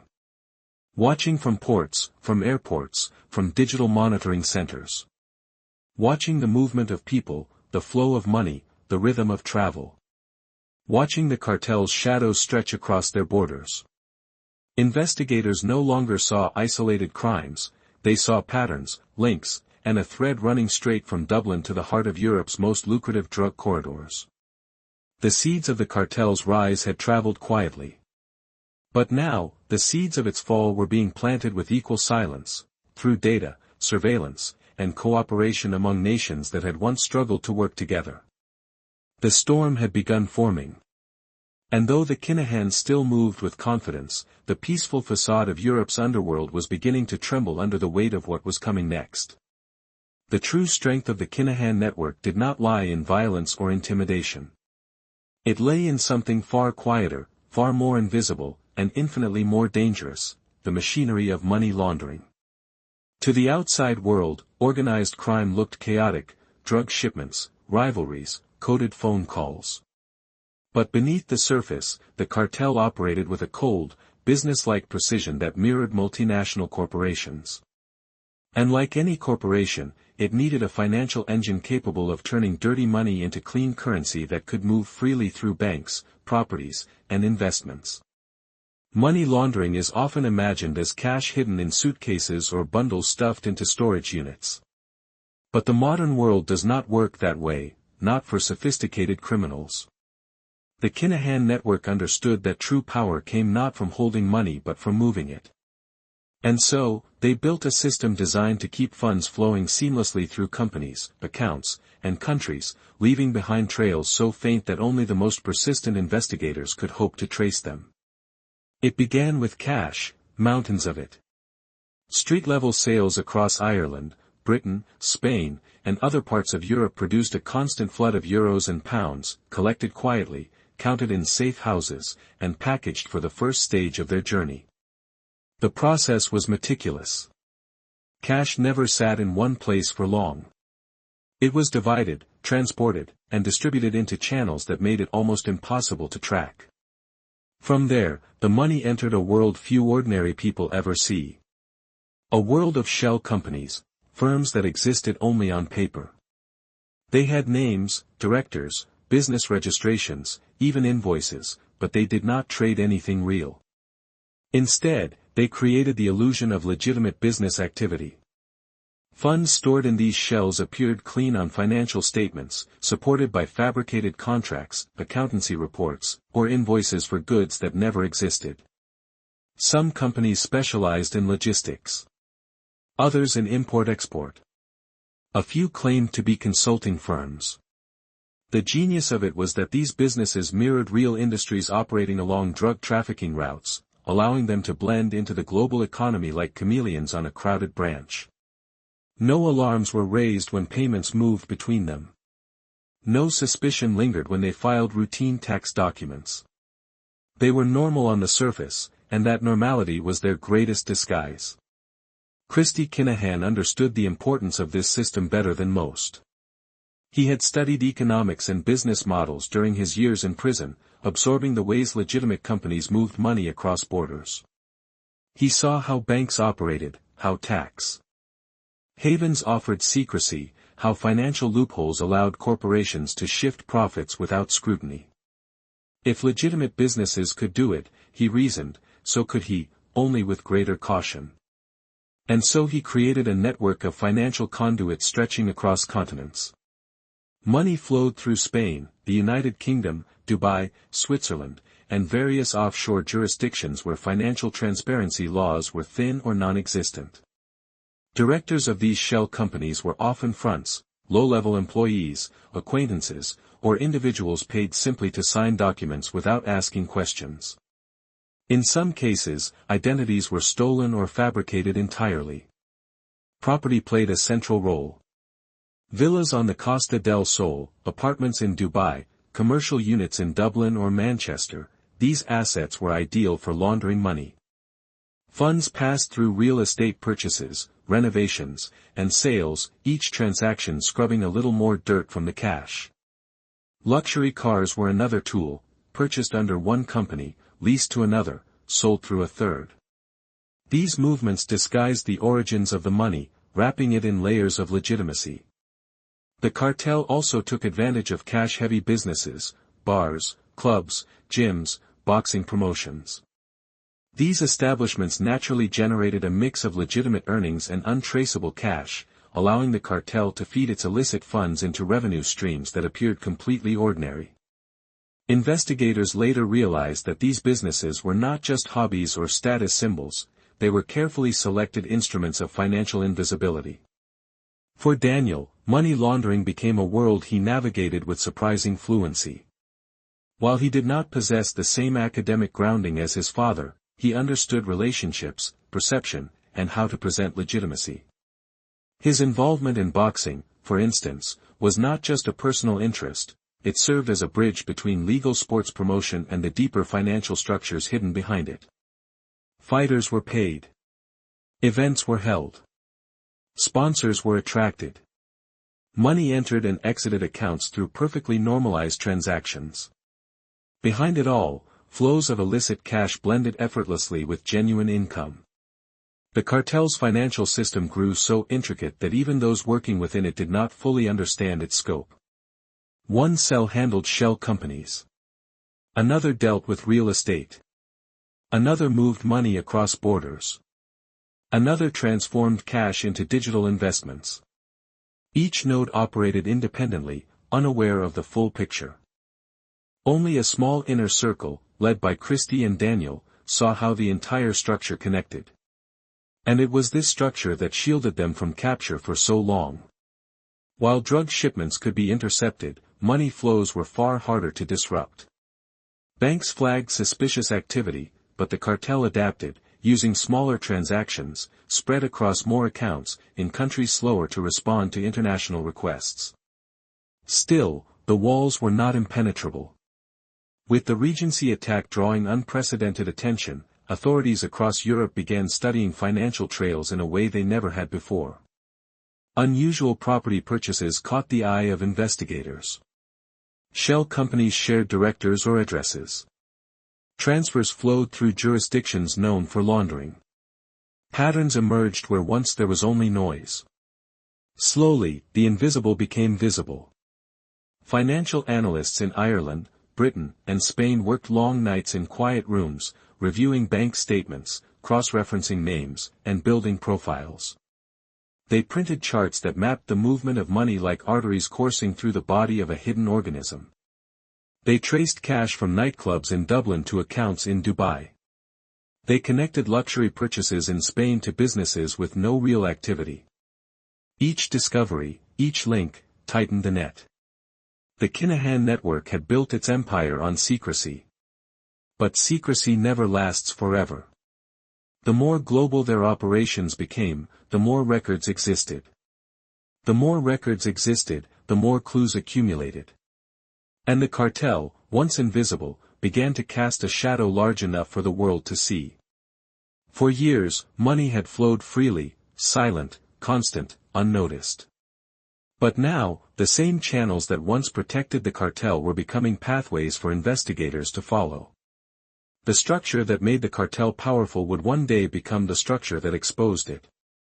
And as the financial storm gathered quietly on the horizon, the cartel continued moving forward, unaware that the first cracks in their foundation were already beginning to form.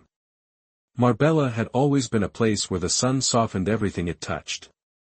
Golden light spilled across the coastline each morning, warming the whitewashed walls of hillside villas and casting gentle reflections across the calm Mediterranean Sea.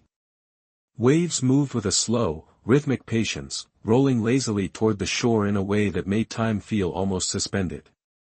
To the thousands of tourists who arrived each year, the Costa del Sol was a paradise, carefree, luxurious, blissfully detached from the world's complications. But for the Kinahan network, Marbella served a different purpose entirely. It was a mirage, beautiful on the surface, serene in appearance, and yet filled with shadows if one knew where to look. It was a refuge, a stage, a crossroads for criminals and businessmen alike. And for a time, it was home. When Daniel and Christy settled into the Spanish sun, it was not with the arrogance of men flaunting their success. It was with the quiet confidence of individuals who understood the value of blending into an environment where no one asked too many questions. Marbella offered that rare combination of luxury and anonymity. Expats from across Europe filled the cafes, bars, and gyms. Wealthy tourists drifted through marina boardwalks in sunglasses and summer clothes. Yachts floated gently in their berths, each one a reminder of a life that seemed to exist outside the reach of ordinary rules. In this world, the Kinahans fit effortlessly. Their presence did not attract attention. Their accents blended with the international mix of voices that passed through the city each day. People were used to seeing men in designer clothes, driving high-end cars, speaking multiple languages. Marbella welcomed wealth without interrogating its origins. Daniel often walked along the edges of Puerto Banús, hands in his pockets, his expression calm. He observed everything without appearing to watch anything closely, boats docking, lounger chairs arranged on decks, waiters carrying trays through restaurants flooded with warm evening light. To the casual observer, he was simply another man enjoying the Spanish coast. But beneath that calm exterior was a constant, silent assessment of his surroundings. The villas the cartel used were quiet havens, perched on hillsides with panoramic views of the Mediterranean. From balconies, the sea stretched endlessly toward the horizon, shimmering beneath the Spanish sun. Palms rustled gently in the breeze. Pools gleamed like liquid glass. The atmosphere was peaceful enough to lull almost anyone into a sense of comfort. Yet inside those villas, the dynamics were very different. Meetings took place behind closed doors. Conversations were held in hushed tones. Phones were used carefully, cautiously, with an awareness that surveillance could linger anywhere. The calm exterior belied the tension beneath, the awareness that enemies, informants, and law enforcement were never as far away as the sunshine made them appear. Marbella's nightlife cast its own spell. Neon lights glowed across streets filled with music spilling from open doors. Cars cruised slowly past the marina, engines purring softly. Crowds gathered outside clubs, laughter rising into the warm night air.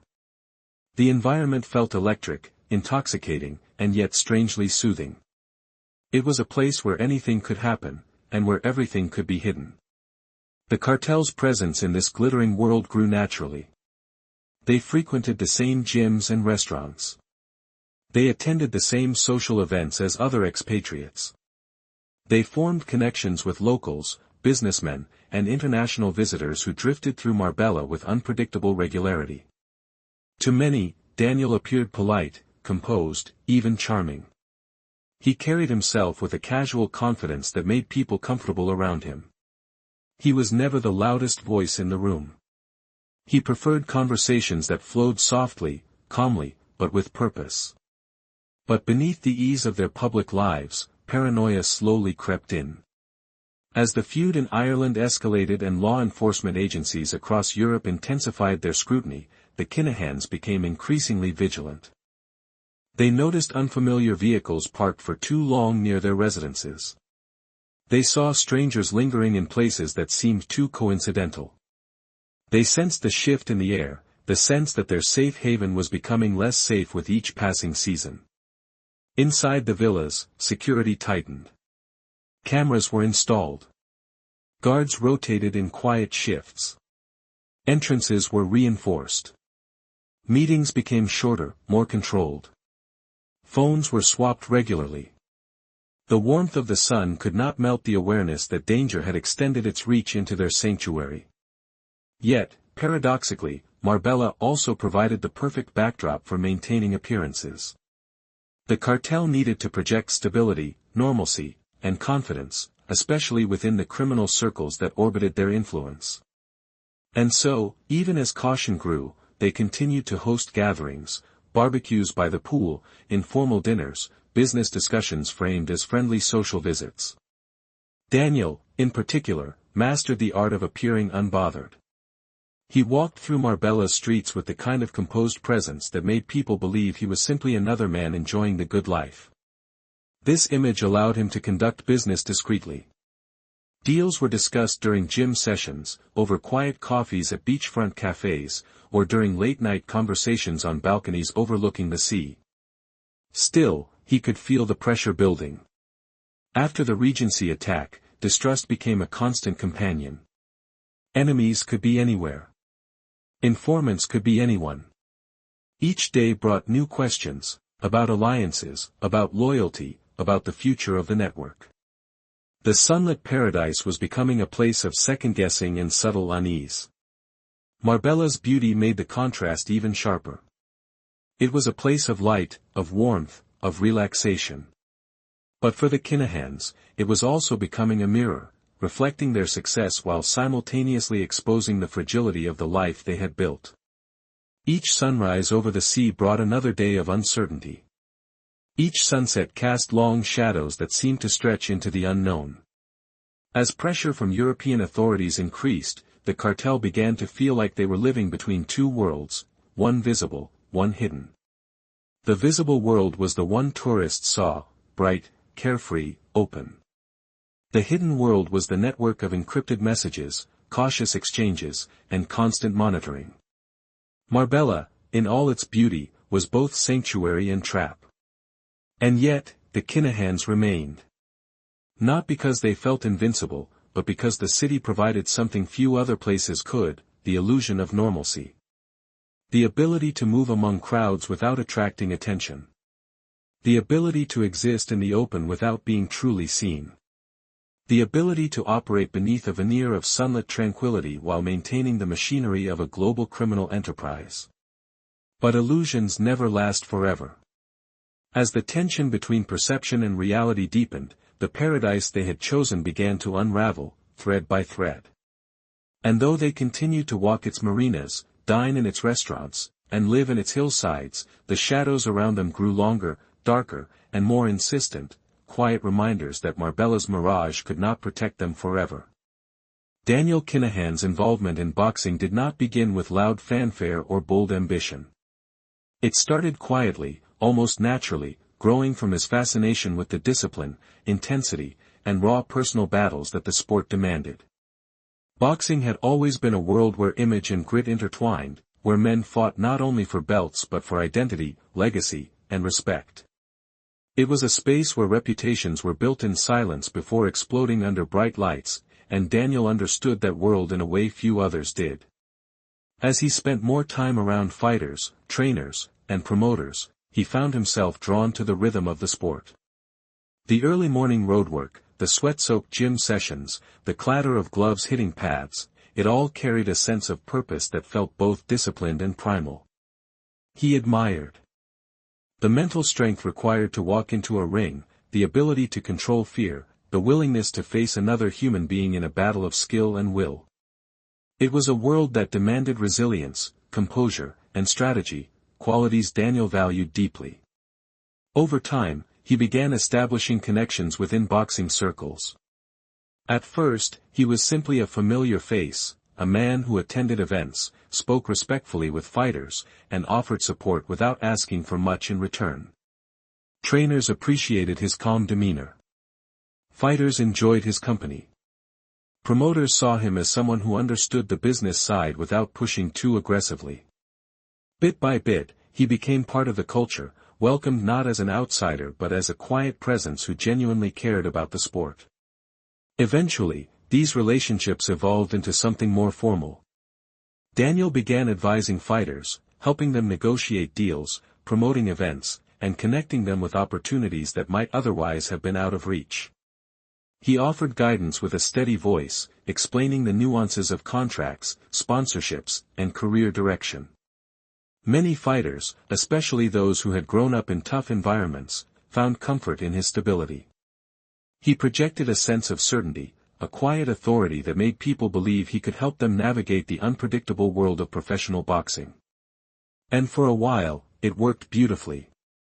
Promotional banners hung in arenas.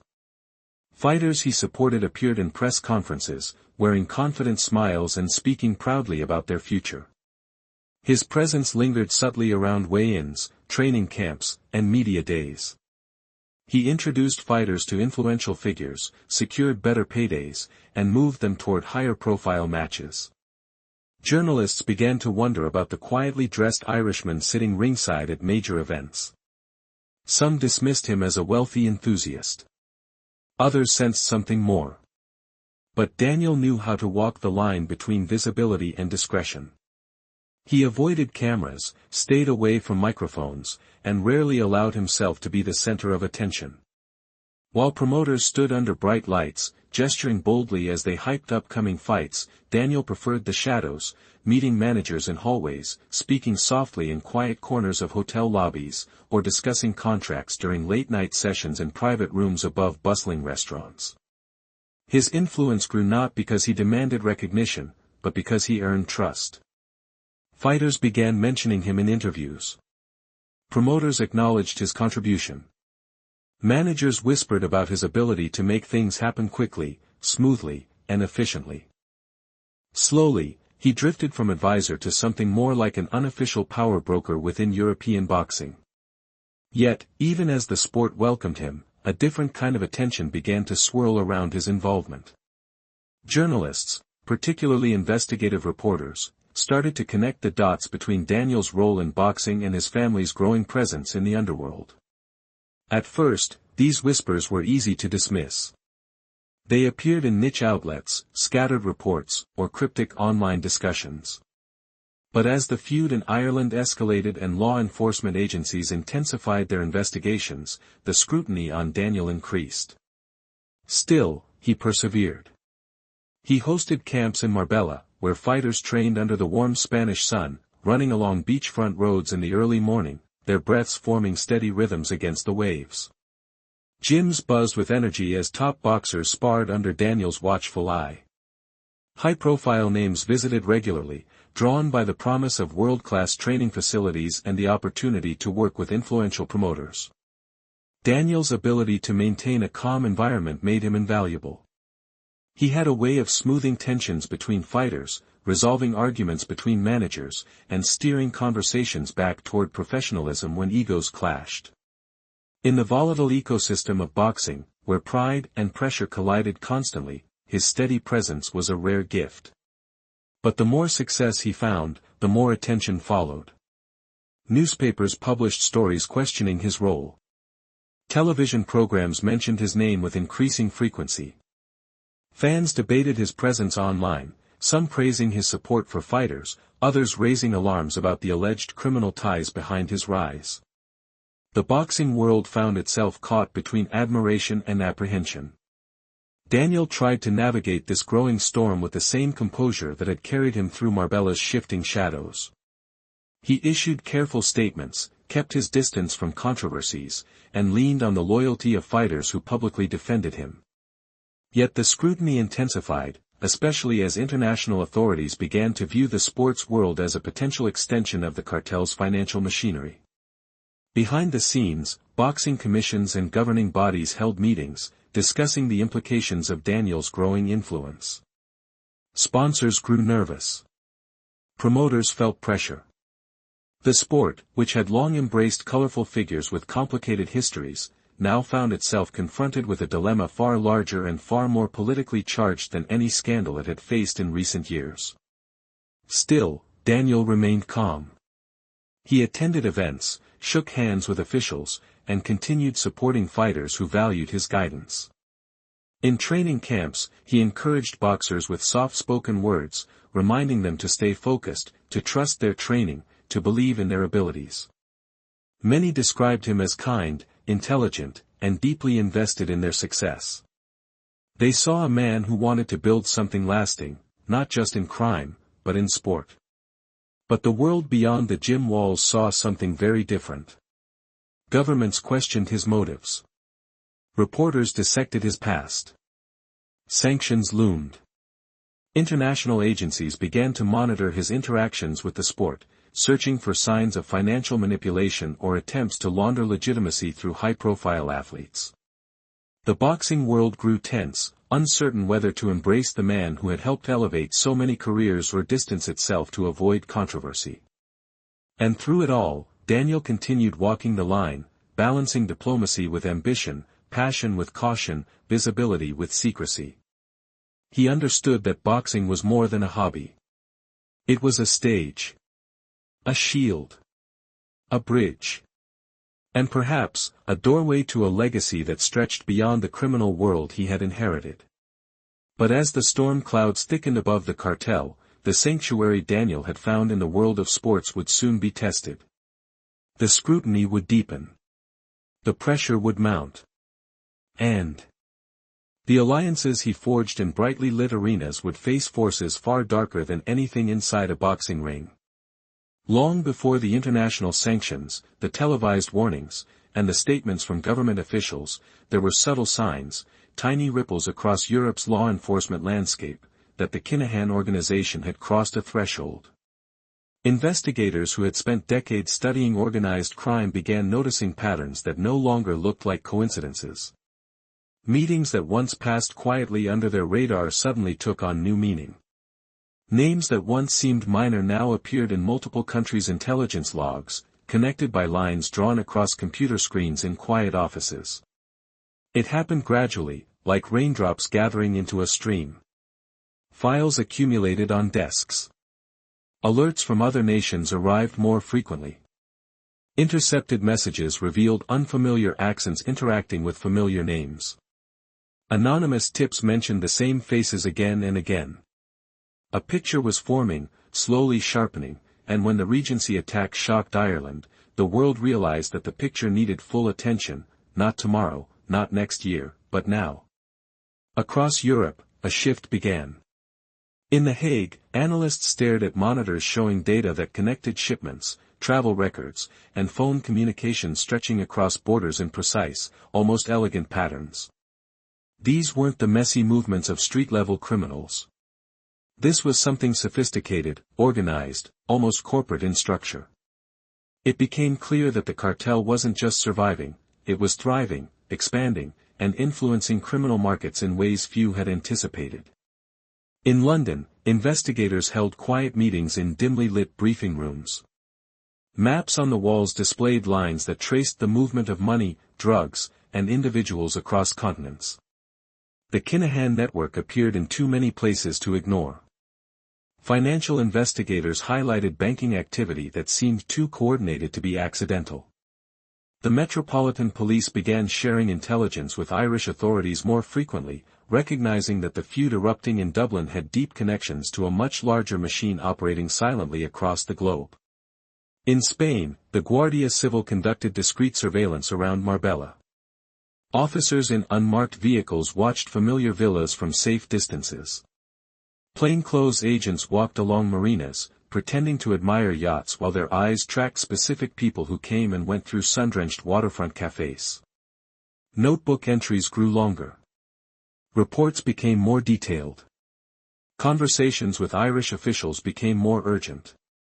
Even outside Europe, the name Kinahan began circulating through the halls of agencies that had never before taken interest in Irish crime. In Washington, D.C., analysts at the DEA reviewed intelligence reports that linked South American suppliers to European distributors through channels the cartel had strengthened. Every document, every intercepted call, every bit of financial data painted the same picture: the operation had become too big to ignore. Still, the Kinahans moved as they always had, quietly, carefully, deliberately. Daniel continued hosting meetings in Marbella, his tone calm, his manner composed. Christy maintained a low profile in Dubai, believing the distance and luxury offered a buffer against European pressure. Associates traveled freely, conducting business in gyms, restaurants, and hotel lobbies where casual conversation masked deeper negotiations. But the world around them was changing. Investigators who had once worked their cases separately were now part of joint task forces. Information flowed across borders with new urgency. Agencies that once hesitated to cooperate now shared files that had been locked away for years. The cartel's strength, their global presence, had become their vulnerability. Every border they crossed left a trail. Every deal they made connected them to a larger web. Every alliance exposed them to new jurisdictions. As pressure mounted, law enforcement strategies shifted from reactive to proactive. Instead of waiting for shipments to arrive, authorities tracked them from their origins. Instead of arresting low-level dealers, they targeted financial operators. Instead of focusing on a single country, they built multination cases that linked arrests in Dublin to operations in Amsterdam, seizures in Antwerp to meetings in Malaga, wiretaps in London to accounts in Dubai. The cartel began to feel the pressure in small but noticeable ways. Business associates became more cautious. Meetings took longer to arrange. Border crossings felt tighter, as if unseen eyes were following movements with increasing clarity. Certain individuals who once seemed reliable suddenly seemed distant, their communication patterns shifting in ways that felt uncertain. Some quietly stepped back, sensing danger. Others grew nervous, worried that law enforcement was tightening its grip. Daniel noticed it too. Travel became less comfortable. The ease with which he had once moved across countries evaporated. Even simple tasks, booking rooms, renting cars, arranging meetings, took more care. The confidence of the past was now tempered by an unspoken vigilance. He checked mirrors more often. He ended conversations sooner. His phone was replaced regularly, sometimes weekly, sometimes daily. Christy, seasoned by decades in this world, read the signs with calm resignation. He had always expected this moment. No organization could grow indefinitely without attracting the full weight of international scrutiny. Yet even he felt the shift in atmosphere. The once familiar rhythms of the underworld had changed. There was less laughter among associates, more hesitation. Less bravado, more caution. The quiet tension was a reminder that their world was changing shape. Financial pressure was one of the first major cracks. Accounts frozen without explanation. Transactions blocked. Properties scrutinized. Lawyers contacted more frequently, their tone more professional, more distant. Governments demanded answers. Banks requested paperwork. Rumors circulated about investigations that stretched across continents. Nothing happened all at once. There was no single event, no sudden collapse. It was a slow tightening, one link at a time, each small restriction adding to the next, creating a growing sense of inevitability. A feeling that the world was preparing for something larger. And yet, the cartel continued operating. For every closed door, another opened. For every disrupted transaction, new methods were explored. For every ally lost, alliances elsewhere strengthened. This was the nature of survival in their world, constant adaptation. But even adaptability has its limits. As European agencies coordinated more effectively than ever before, as intelligence shared by Ireland reached desks in Washington, London, Madrid, and The Hague, the era of quiet growth for the Kinahan network was ending. The pressure had become a slow but steady force squeezing inward from all directions. People close to the organization sensed a storm coming, one not fueled by rival criminals, but by governments, task forces, and international alliances that would not retreat until the cartel's foundations were shaken. And in the stillness of Marbella nights and Dubai mornings, in the silent exchanges of encrypted messages and tense phone calls, the Kinahans felt it too, the feeling that the world was closing in. Betrayal in the criminal world rarely arrives with noise. It comes softly, disguised in familiar voices and recognizable faces. It creeps into the edges of relationships, woven into quiet conversations, half-truths, and the subtle shift in someone's eyes when loyalty starts to crumble. For the Kinahan network, betrayal did not begin with a dramatic confession or a sudden act of treachery. It began with small cracks, hairline fractures running through an empire that had grown too large, too complex, and too dependent on people whose loyalties were shaped by fear, ambition, or desperation. As international pressure increased, so did the strain on the cartel's inner workings. People who once felt safe under the network's umbrella now felt exposed. Men who had been invisible for years suddenly sensed law enforcement closing in. Travel became riskier. Phone calls became shorter. Meetings became less frequent, and when they did occur, the tension hung thick in the air. The sense of control the organization once enjoyed began slipping, not because of enemies, but because of uncertainty. And uncertainty is the soil where betrayal grows. The first signs were almost invisible. Associates who once spoke freely now hesitated before answering simple questions. Individuals who once reported back promptly took longer to respond. Some avoided eye contact. Others laughed too loudly at moments that didn't call for humor, the nervous kind of laughter that masks fear. Daniel, who had long relied on a network of trusted intermediaries, sensed these shifts like changes in atmospheric pressure. He recognized when someone was unsettled, and he had begun noticing that unsettled feeling spreading like a silent contagion. It wasn't just fear of law enforcement. It was fear of consequences. Many of the cartel's associates were not hardened criminals. They were transport operators, accountants, financial facilitators, individuals who had drifted into the network gradually, attracted by money or opportunity without fully grasping the weight of what they were becoming part of. Now, faced with interrogations, subpoenas, or search warrants, these same individuals began questioning whether loyalty was worth the cost. And once a man begins questioning loyalty, betrayal becomes possible. Some cooperated quietly, voluntarily offering information to authorities in exchange for leniency. Others were pressured, cornered during routine stops, questioned at airports, surprised at home by investigators who knew more than they should have. A few cracked quickly. Others held on longer. But all of them, knowingly or unknowingly, contributed to a slow unraveling at the edges of the empire.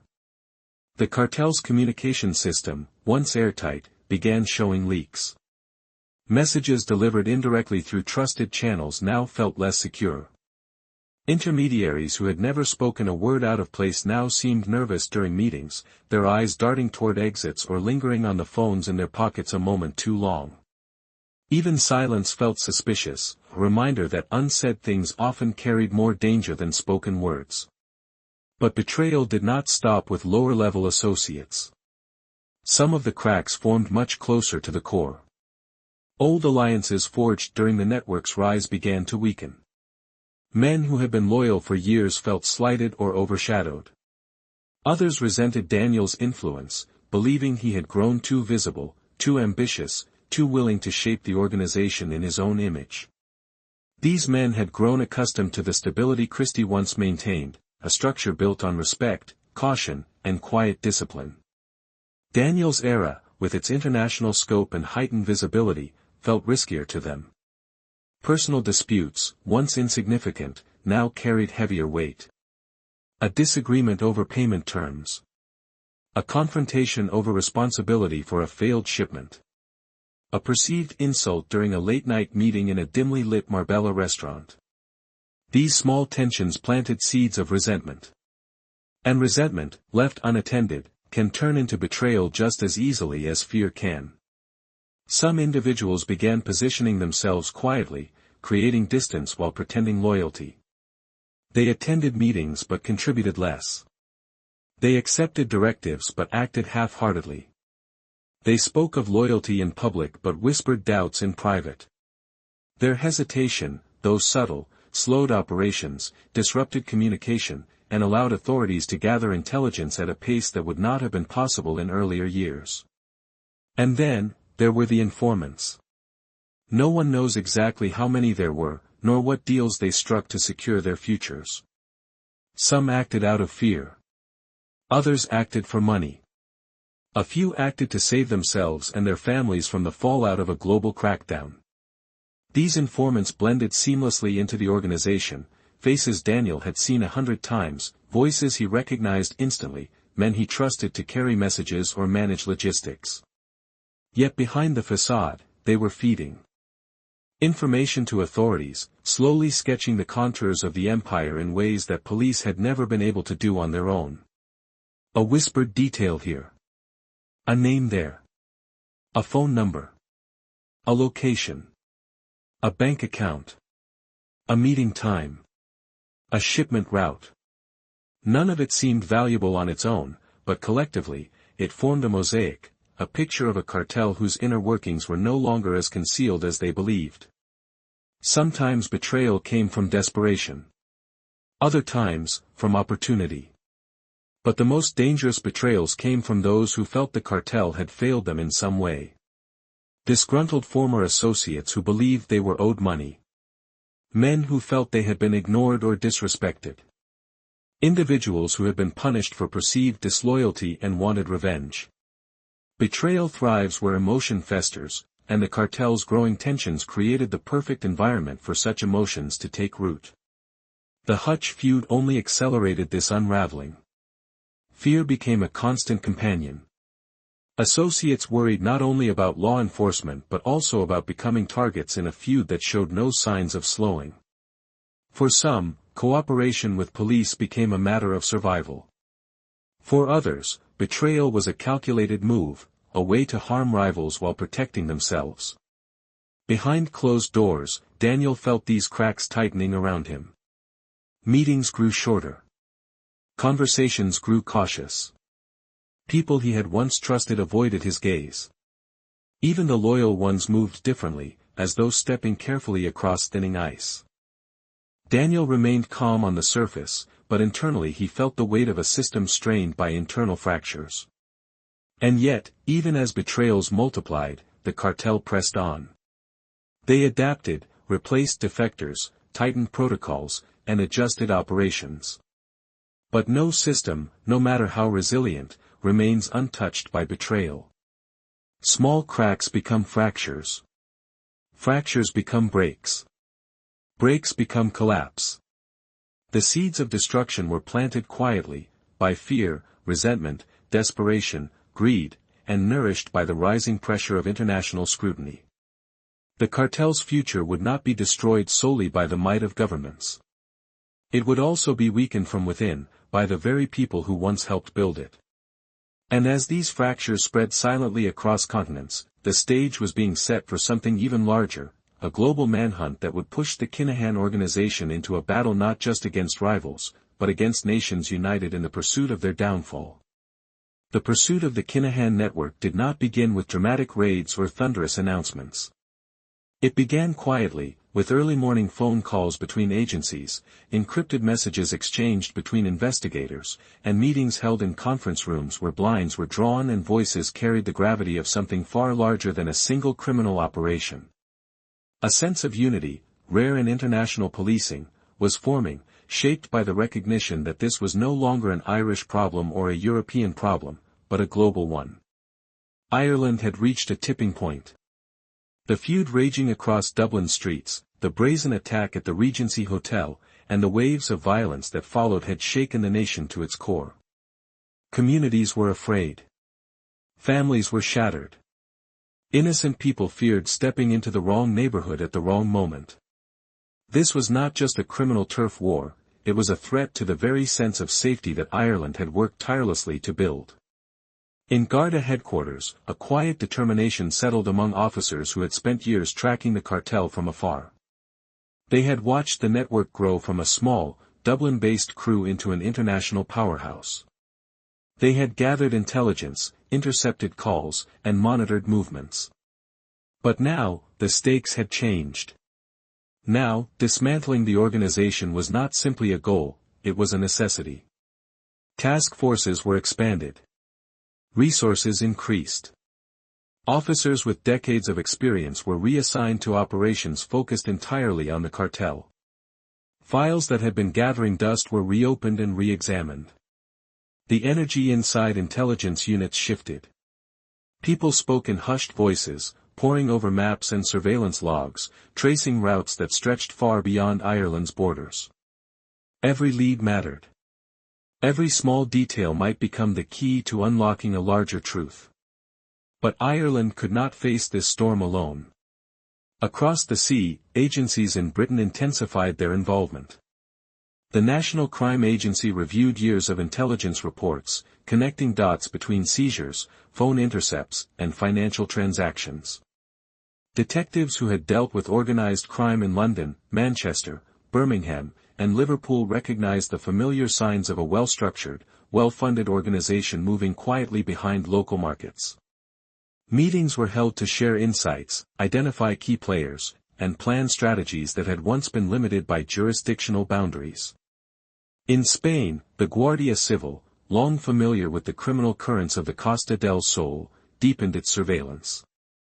Officers rotated in and out of Marbella, keeping eyes on villas known to house high-level associates. Some sat in unmarked cars for hours, watching familiar gates open and close. Others walked the marinas, blending in with tourists while discreetly photographing individuals who came and went from waterfront cafes. The quiet sunlit paradise was now a chessboard, each move monitored, each conversation potentially significant. Authorities in the Netherlands and Belgium were equally vigilant. Port officials in Rotterdam, Antwerp, and Zeebrugge, the arteries of European trade, worked alongside police to identify suspicious shipments and analyze unusual patterns. They reviewed container logs at dawn, studied discrepancies in shipping manifests, and examined financial records from companies linked to import-export businesses. The cartel's greatest strength, its use of legitimate infrastructure, was now becoming a vulnerability. Then came the involvement of the United States. For years, American agencies had monitored global drug routes but had not placed the Kinahan network at the top of their priorities. That changed as intelligence reports revealed connections between South American suppliers and European distributors associated with the organization.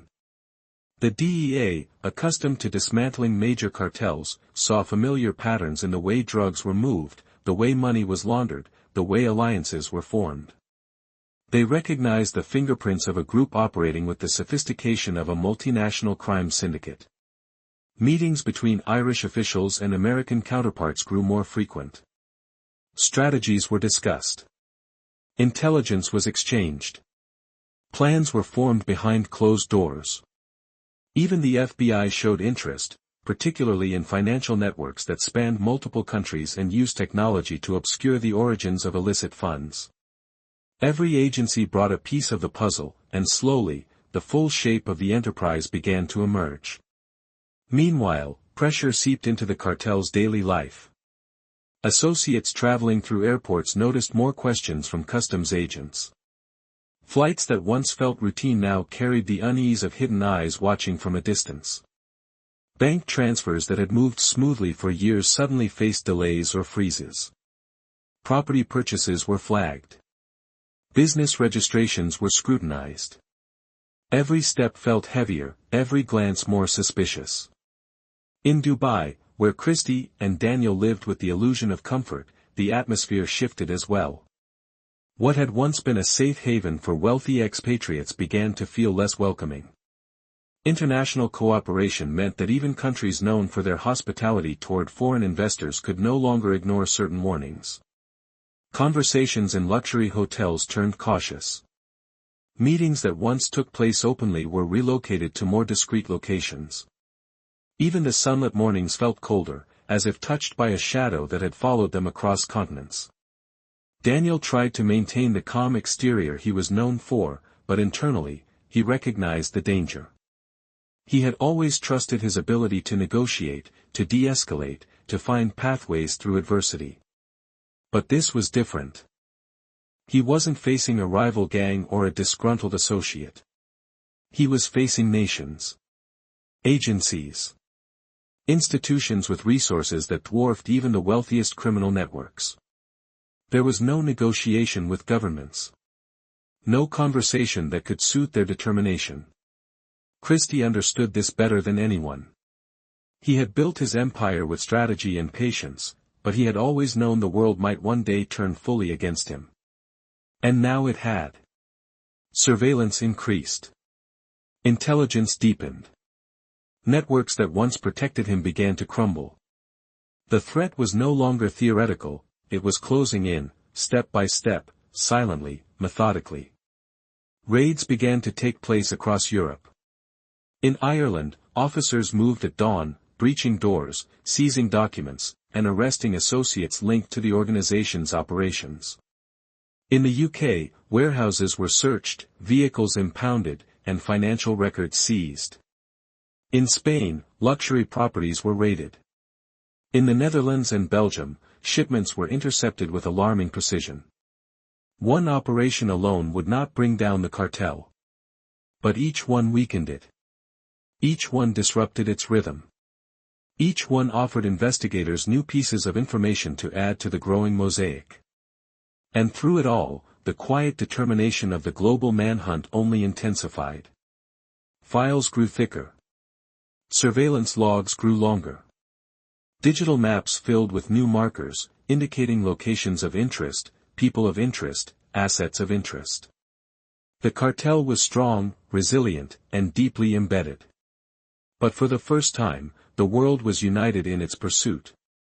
And though the empire still stood, still wealthy, still connected, still powerful, the pressure felt different now. Not sharp, not sudden, but steady. Like a rising tide that no wall, no matter how tall, could hold back forever. The storm had arrived. And the world was closing in. When the weight of international pressure finally reached its peak, the Kinahan network did not fall in one dramatic moment.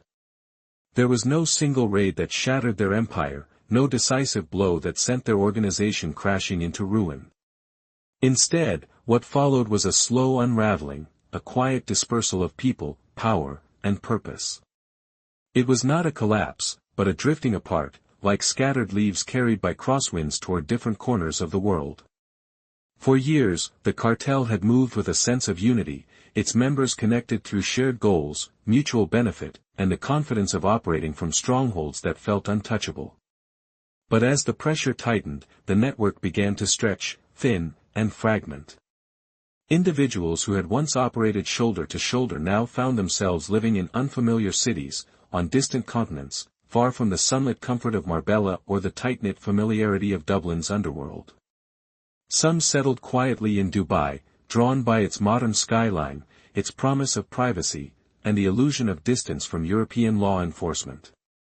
The city offered a strange kind of calm, shimmering towers, soft desert sunsets, and a culture that welcomed wealth regardless of where it came from. But even there, a faint tension lingered beneath the surface.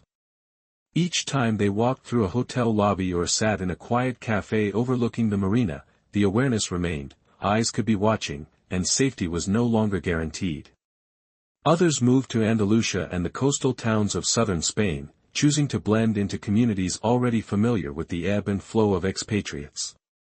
These men walked along beaches at dawn, listening to the waves break gently against the shore, trying to convince themselves that life could continue as it once had. They visited the small shops and cafes tucked into narrow streets, nodding politely to locals who had no idea of the worlds they carried within them. For brief moments, they allowed themselves to imagine that maybe the worst had passed. But the fear remained, subtle yet constant, like a shadow following their every step. A few retreated to the United Kingdom, hiding within cities where anonymity came easily.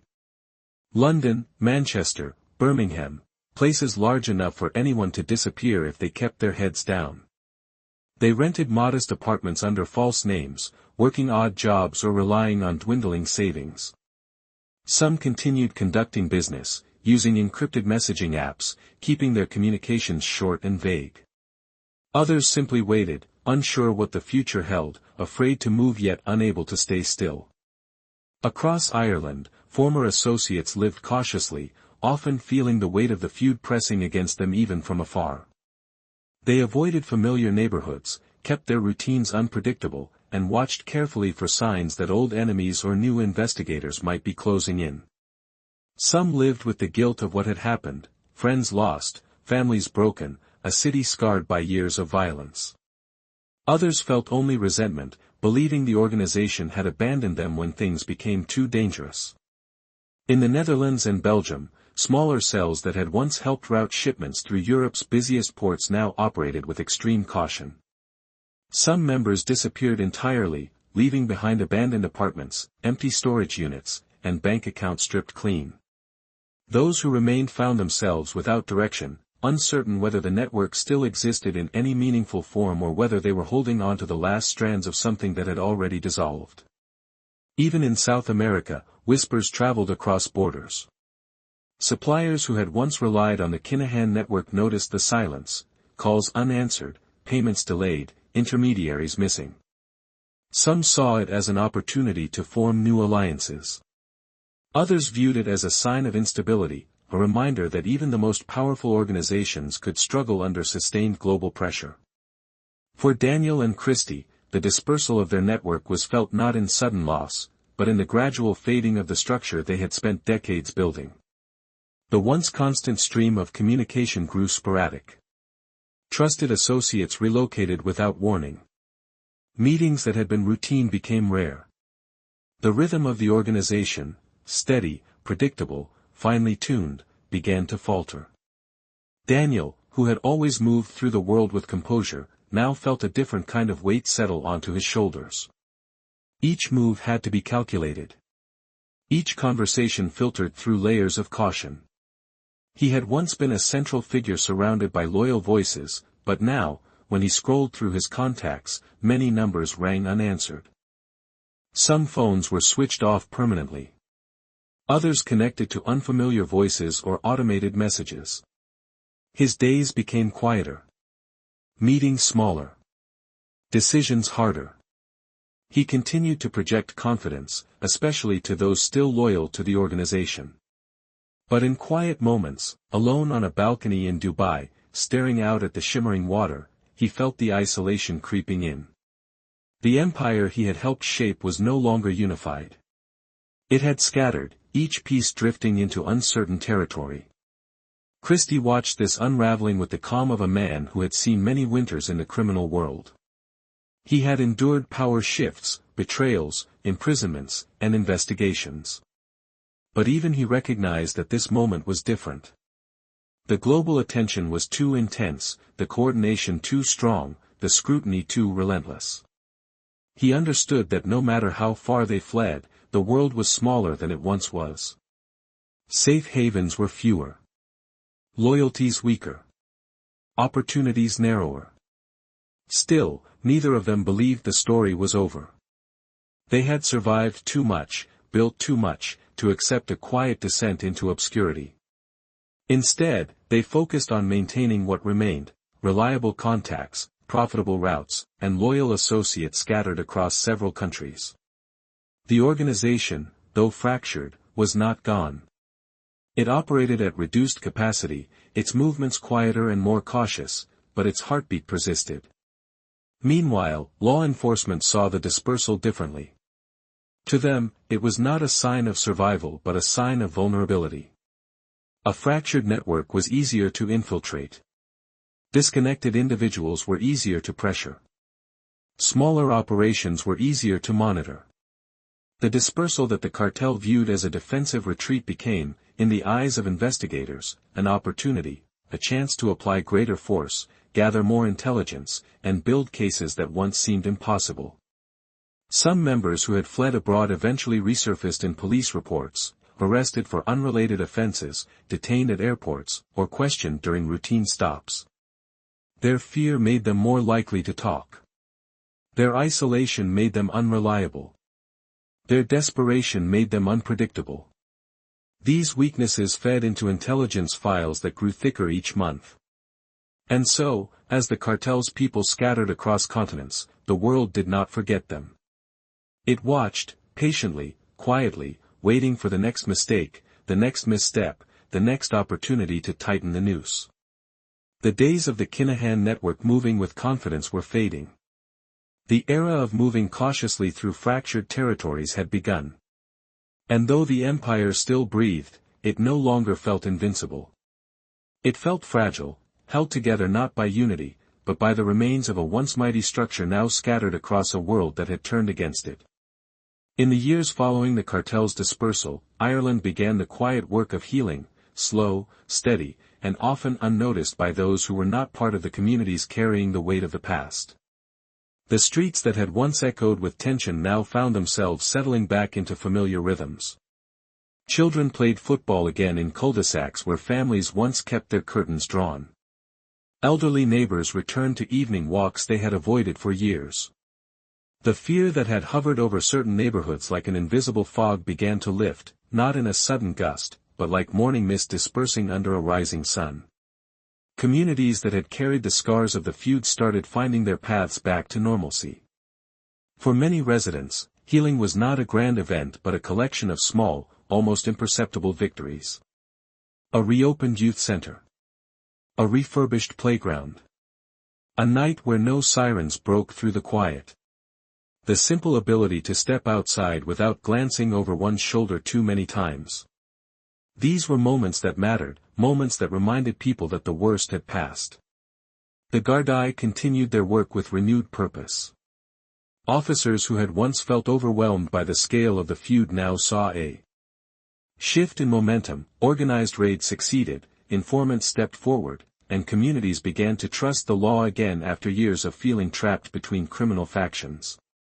Patrol cars moved more calmly through the neighborhoods, their presence reassuring rather than threatening. The officers knew the healing process would take time, but they also understood that pain, once acknowledged, could be eased with patience and persistence. Schools felt the change too. Teachers who had watched students carry the weight of conflict on their small shoulders began noticing brighter spirits, more laughter, fewer incidents of fear-driven tension. For many children, the years of violence had been background noise to their upbringing, something they didn't fully understand but felt deeply nonetheless. As the turmoil faded, these young lives found room to breathe again. Football clubs, arts programs, and after-school activities flourished. Children who had once walked to school nervously now traveled in friendly groups, talking softly about dreams that didn't involve the shadows of the past. Parents, too, rediscovered a sense of confidence. Some had lived through the worst of the feud, carrying an internal map of every dangerous street, every unwritten rule, every moment they prayed their loved ones would return home safely. Now, they allowed themselves to exhale. They gathered again in community centers, attended local events, and slowly rebuilt the bonds that fear had once frayed. In evening kitchens filled with the scent of tea and simmering dinners, conversations shifted away from worry and toward hope, plans for the future, new jobs, new relationships, new beginnings. But healing in Ireland was not just emotional. It was structural. Initiatives across the country aimed to reduce the vulnerabilities that had once allowed criminal influence to seep so deeply into certain neighborhoods. Educational programs were expanded. Support for at-risk youth increased. Mentorship initiatives, run by former addicts, social workers, and community leaders, created safe places for guidance and understanding. These programs didn't erase the past, but they offered pathways that had been missing for too long. On the streets that had once belonged to dealers and enforcers, new businesses opened. Cafes, barber shops, small restaurants, local gyms, these places became the anchors of reborn community life. Their lights glowed warmly during winter evenings, inviting locals inside for conversation and connection. When neighbors greeted one another in these spaces, it carried a special kind of warmth, proof that life had returned, and with it, the sense of belonging that violence had once taken away. Ireland's resilience was evident everywhere. The country had weathered decades of hardship, from political conflict to economic challenges, and yet it always found a way to rebuild. The aftermath of the cartel's reign was no different. People did not forget the pain, but they refused to let it define them.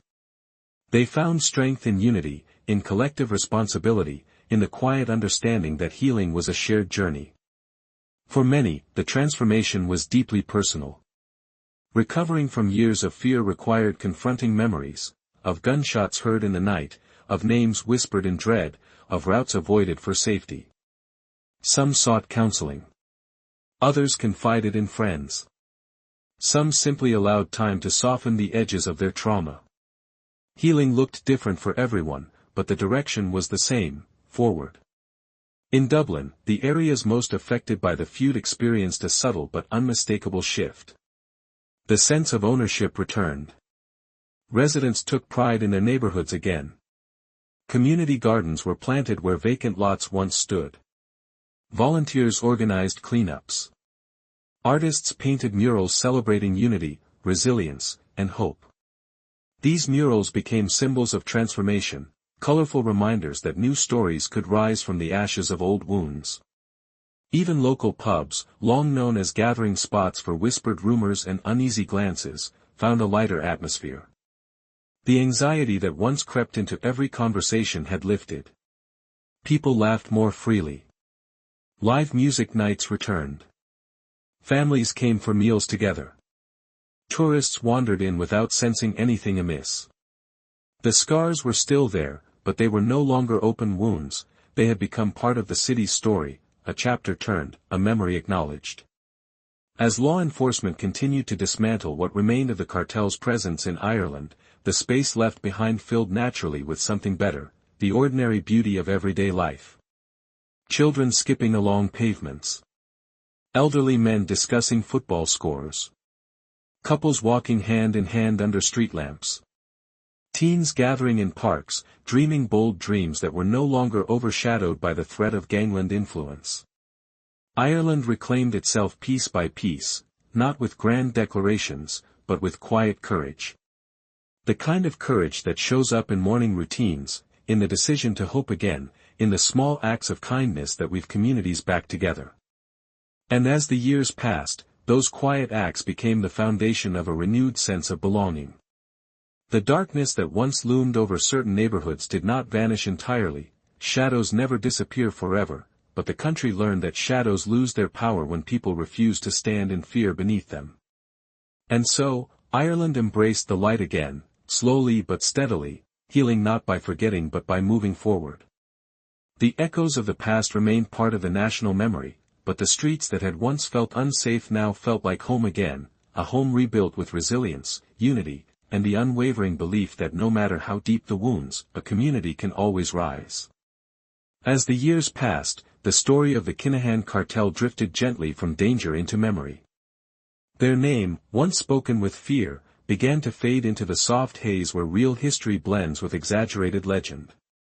People in Dublin pubs still mentioned them from time to time, but the tone had changed. It was less panic and more reflection, an attempt to understand how a family from modest beginnings had built something that stretched across continents. Some remembered the cartel as a symbol of unchecked power, the kind that seemed to grow faster than anyone could control. Others spoke of them as almost mythical figures, imagining them as masterminds who navigated the underworld with perfect precision. But those who lived closest to the events knew the truth was far more human. The network had been built by men who made choices, some calculated, some desperate, many irreversible. The violence they left behind remained part of Ireland's memory, but it no longer overshadowed daily life. Cities healed. Families rebuilt. The fear slowly loosened its grip, replaced by a calm awareness that the worst had passed. Communities found strength not by forgetting, but by understanding what had been endured. In the quiet of modern evenings, the cartel's story feels like a distant echo, neither glamorous nor mysterious, simply a reminder of how ambition, opportunity, and circumstance can intertwine to create something far larger than anyone intends. Their legacy carries no single meaning. It is a blend of caution, tragedy, and complexity. A reminder that all power, no matter how great, eventually bends beneath the weight of its own choices. In the gentle light of hindsight, the final reflections on the Kinahan Cartel settle softly, like dust drifting through a quiet room. Their rise shaped a generation, but their fall shaped something more enduring, an understanding that no shadow, no matter how large, can last forever. What remains now is not fear, but perspective. Ireland moved on. Streets once tense now carry the sounds of children laughing, neighbors chatting, and ordinary life reclaiming every corner once touched by uncertainty. The communities that lived through the cartel's most turbulent years did not forget, but they learned to breathe again. Time smoothed the wounds, leaving behind lessons rather than scars. For law enforcement, their story became a marker of change, a reminder of the importance of cooperation, vigilance, and adapting to the evolving nature of global crime. The world learned that even highly organized networks eventually fracture under pressure, especially when their foundations are built on secrecy and fear. As for the cartel itself, what survives today is a quieter memory, neither glorified nor demonized, but understood. The men behind the headlines were not mythical giants. They were individuals shaped by choices, flaws, and circumstances. Their empire rose quickly, and just as quickly, the world shifted beneath them. In the softness of late-night reflection, their story becomes less about crime and more about consequence. Less about violence and more about what communities can overcome. It ends not with chaos, but with calm. Not with fear, but with clarity. And so the tale closes gently, another chapter in history's long book, fading into silence as Ireland continues forward, stronger and wiser than before.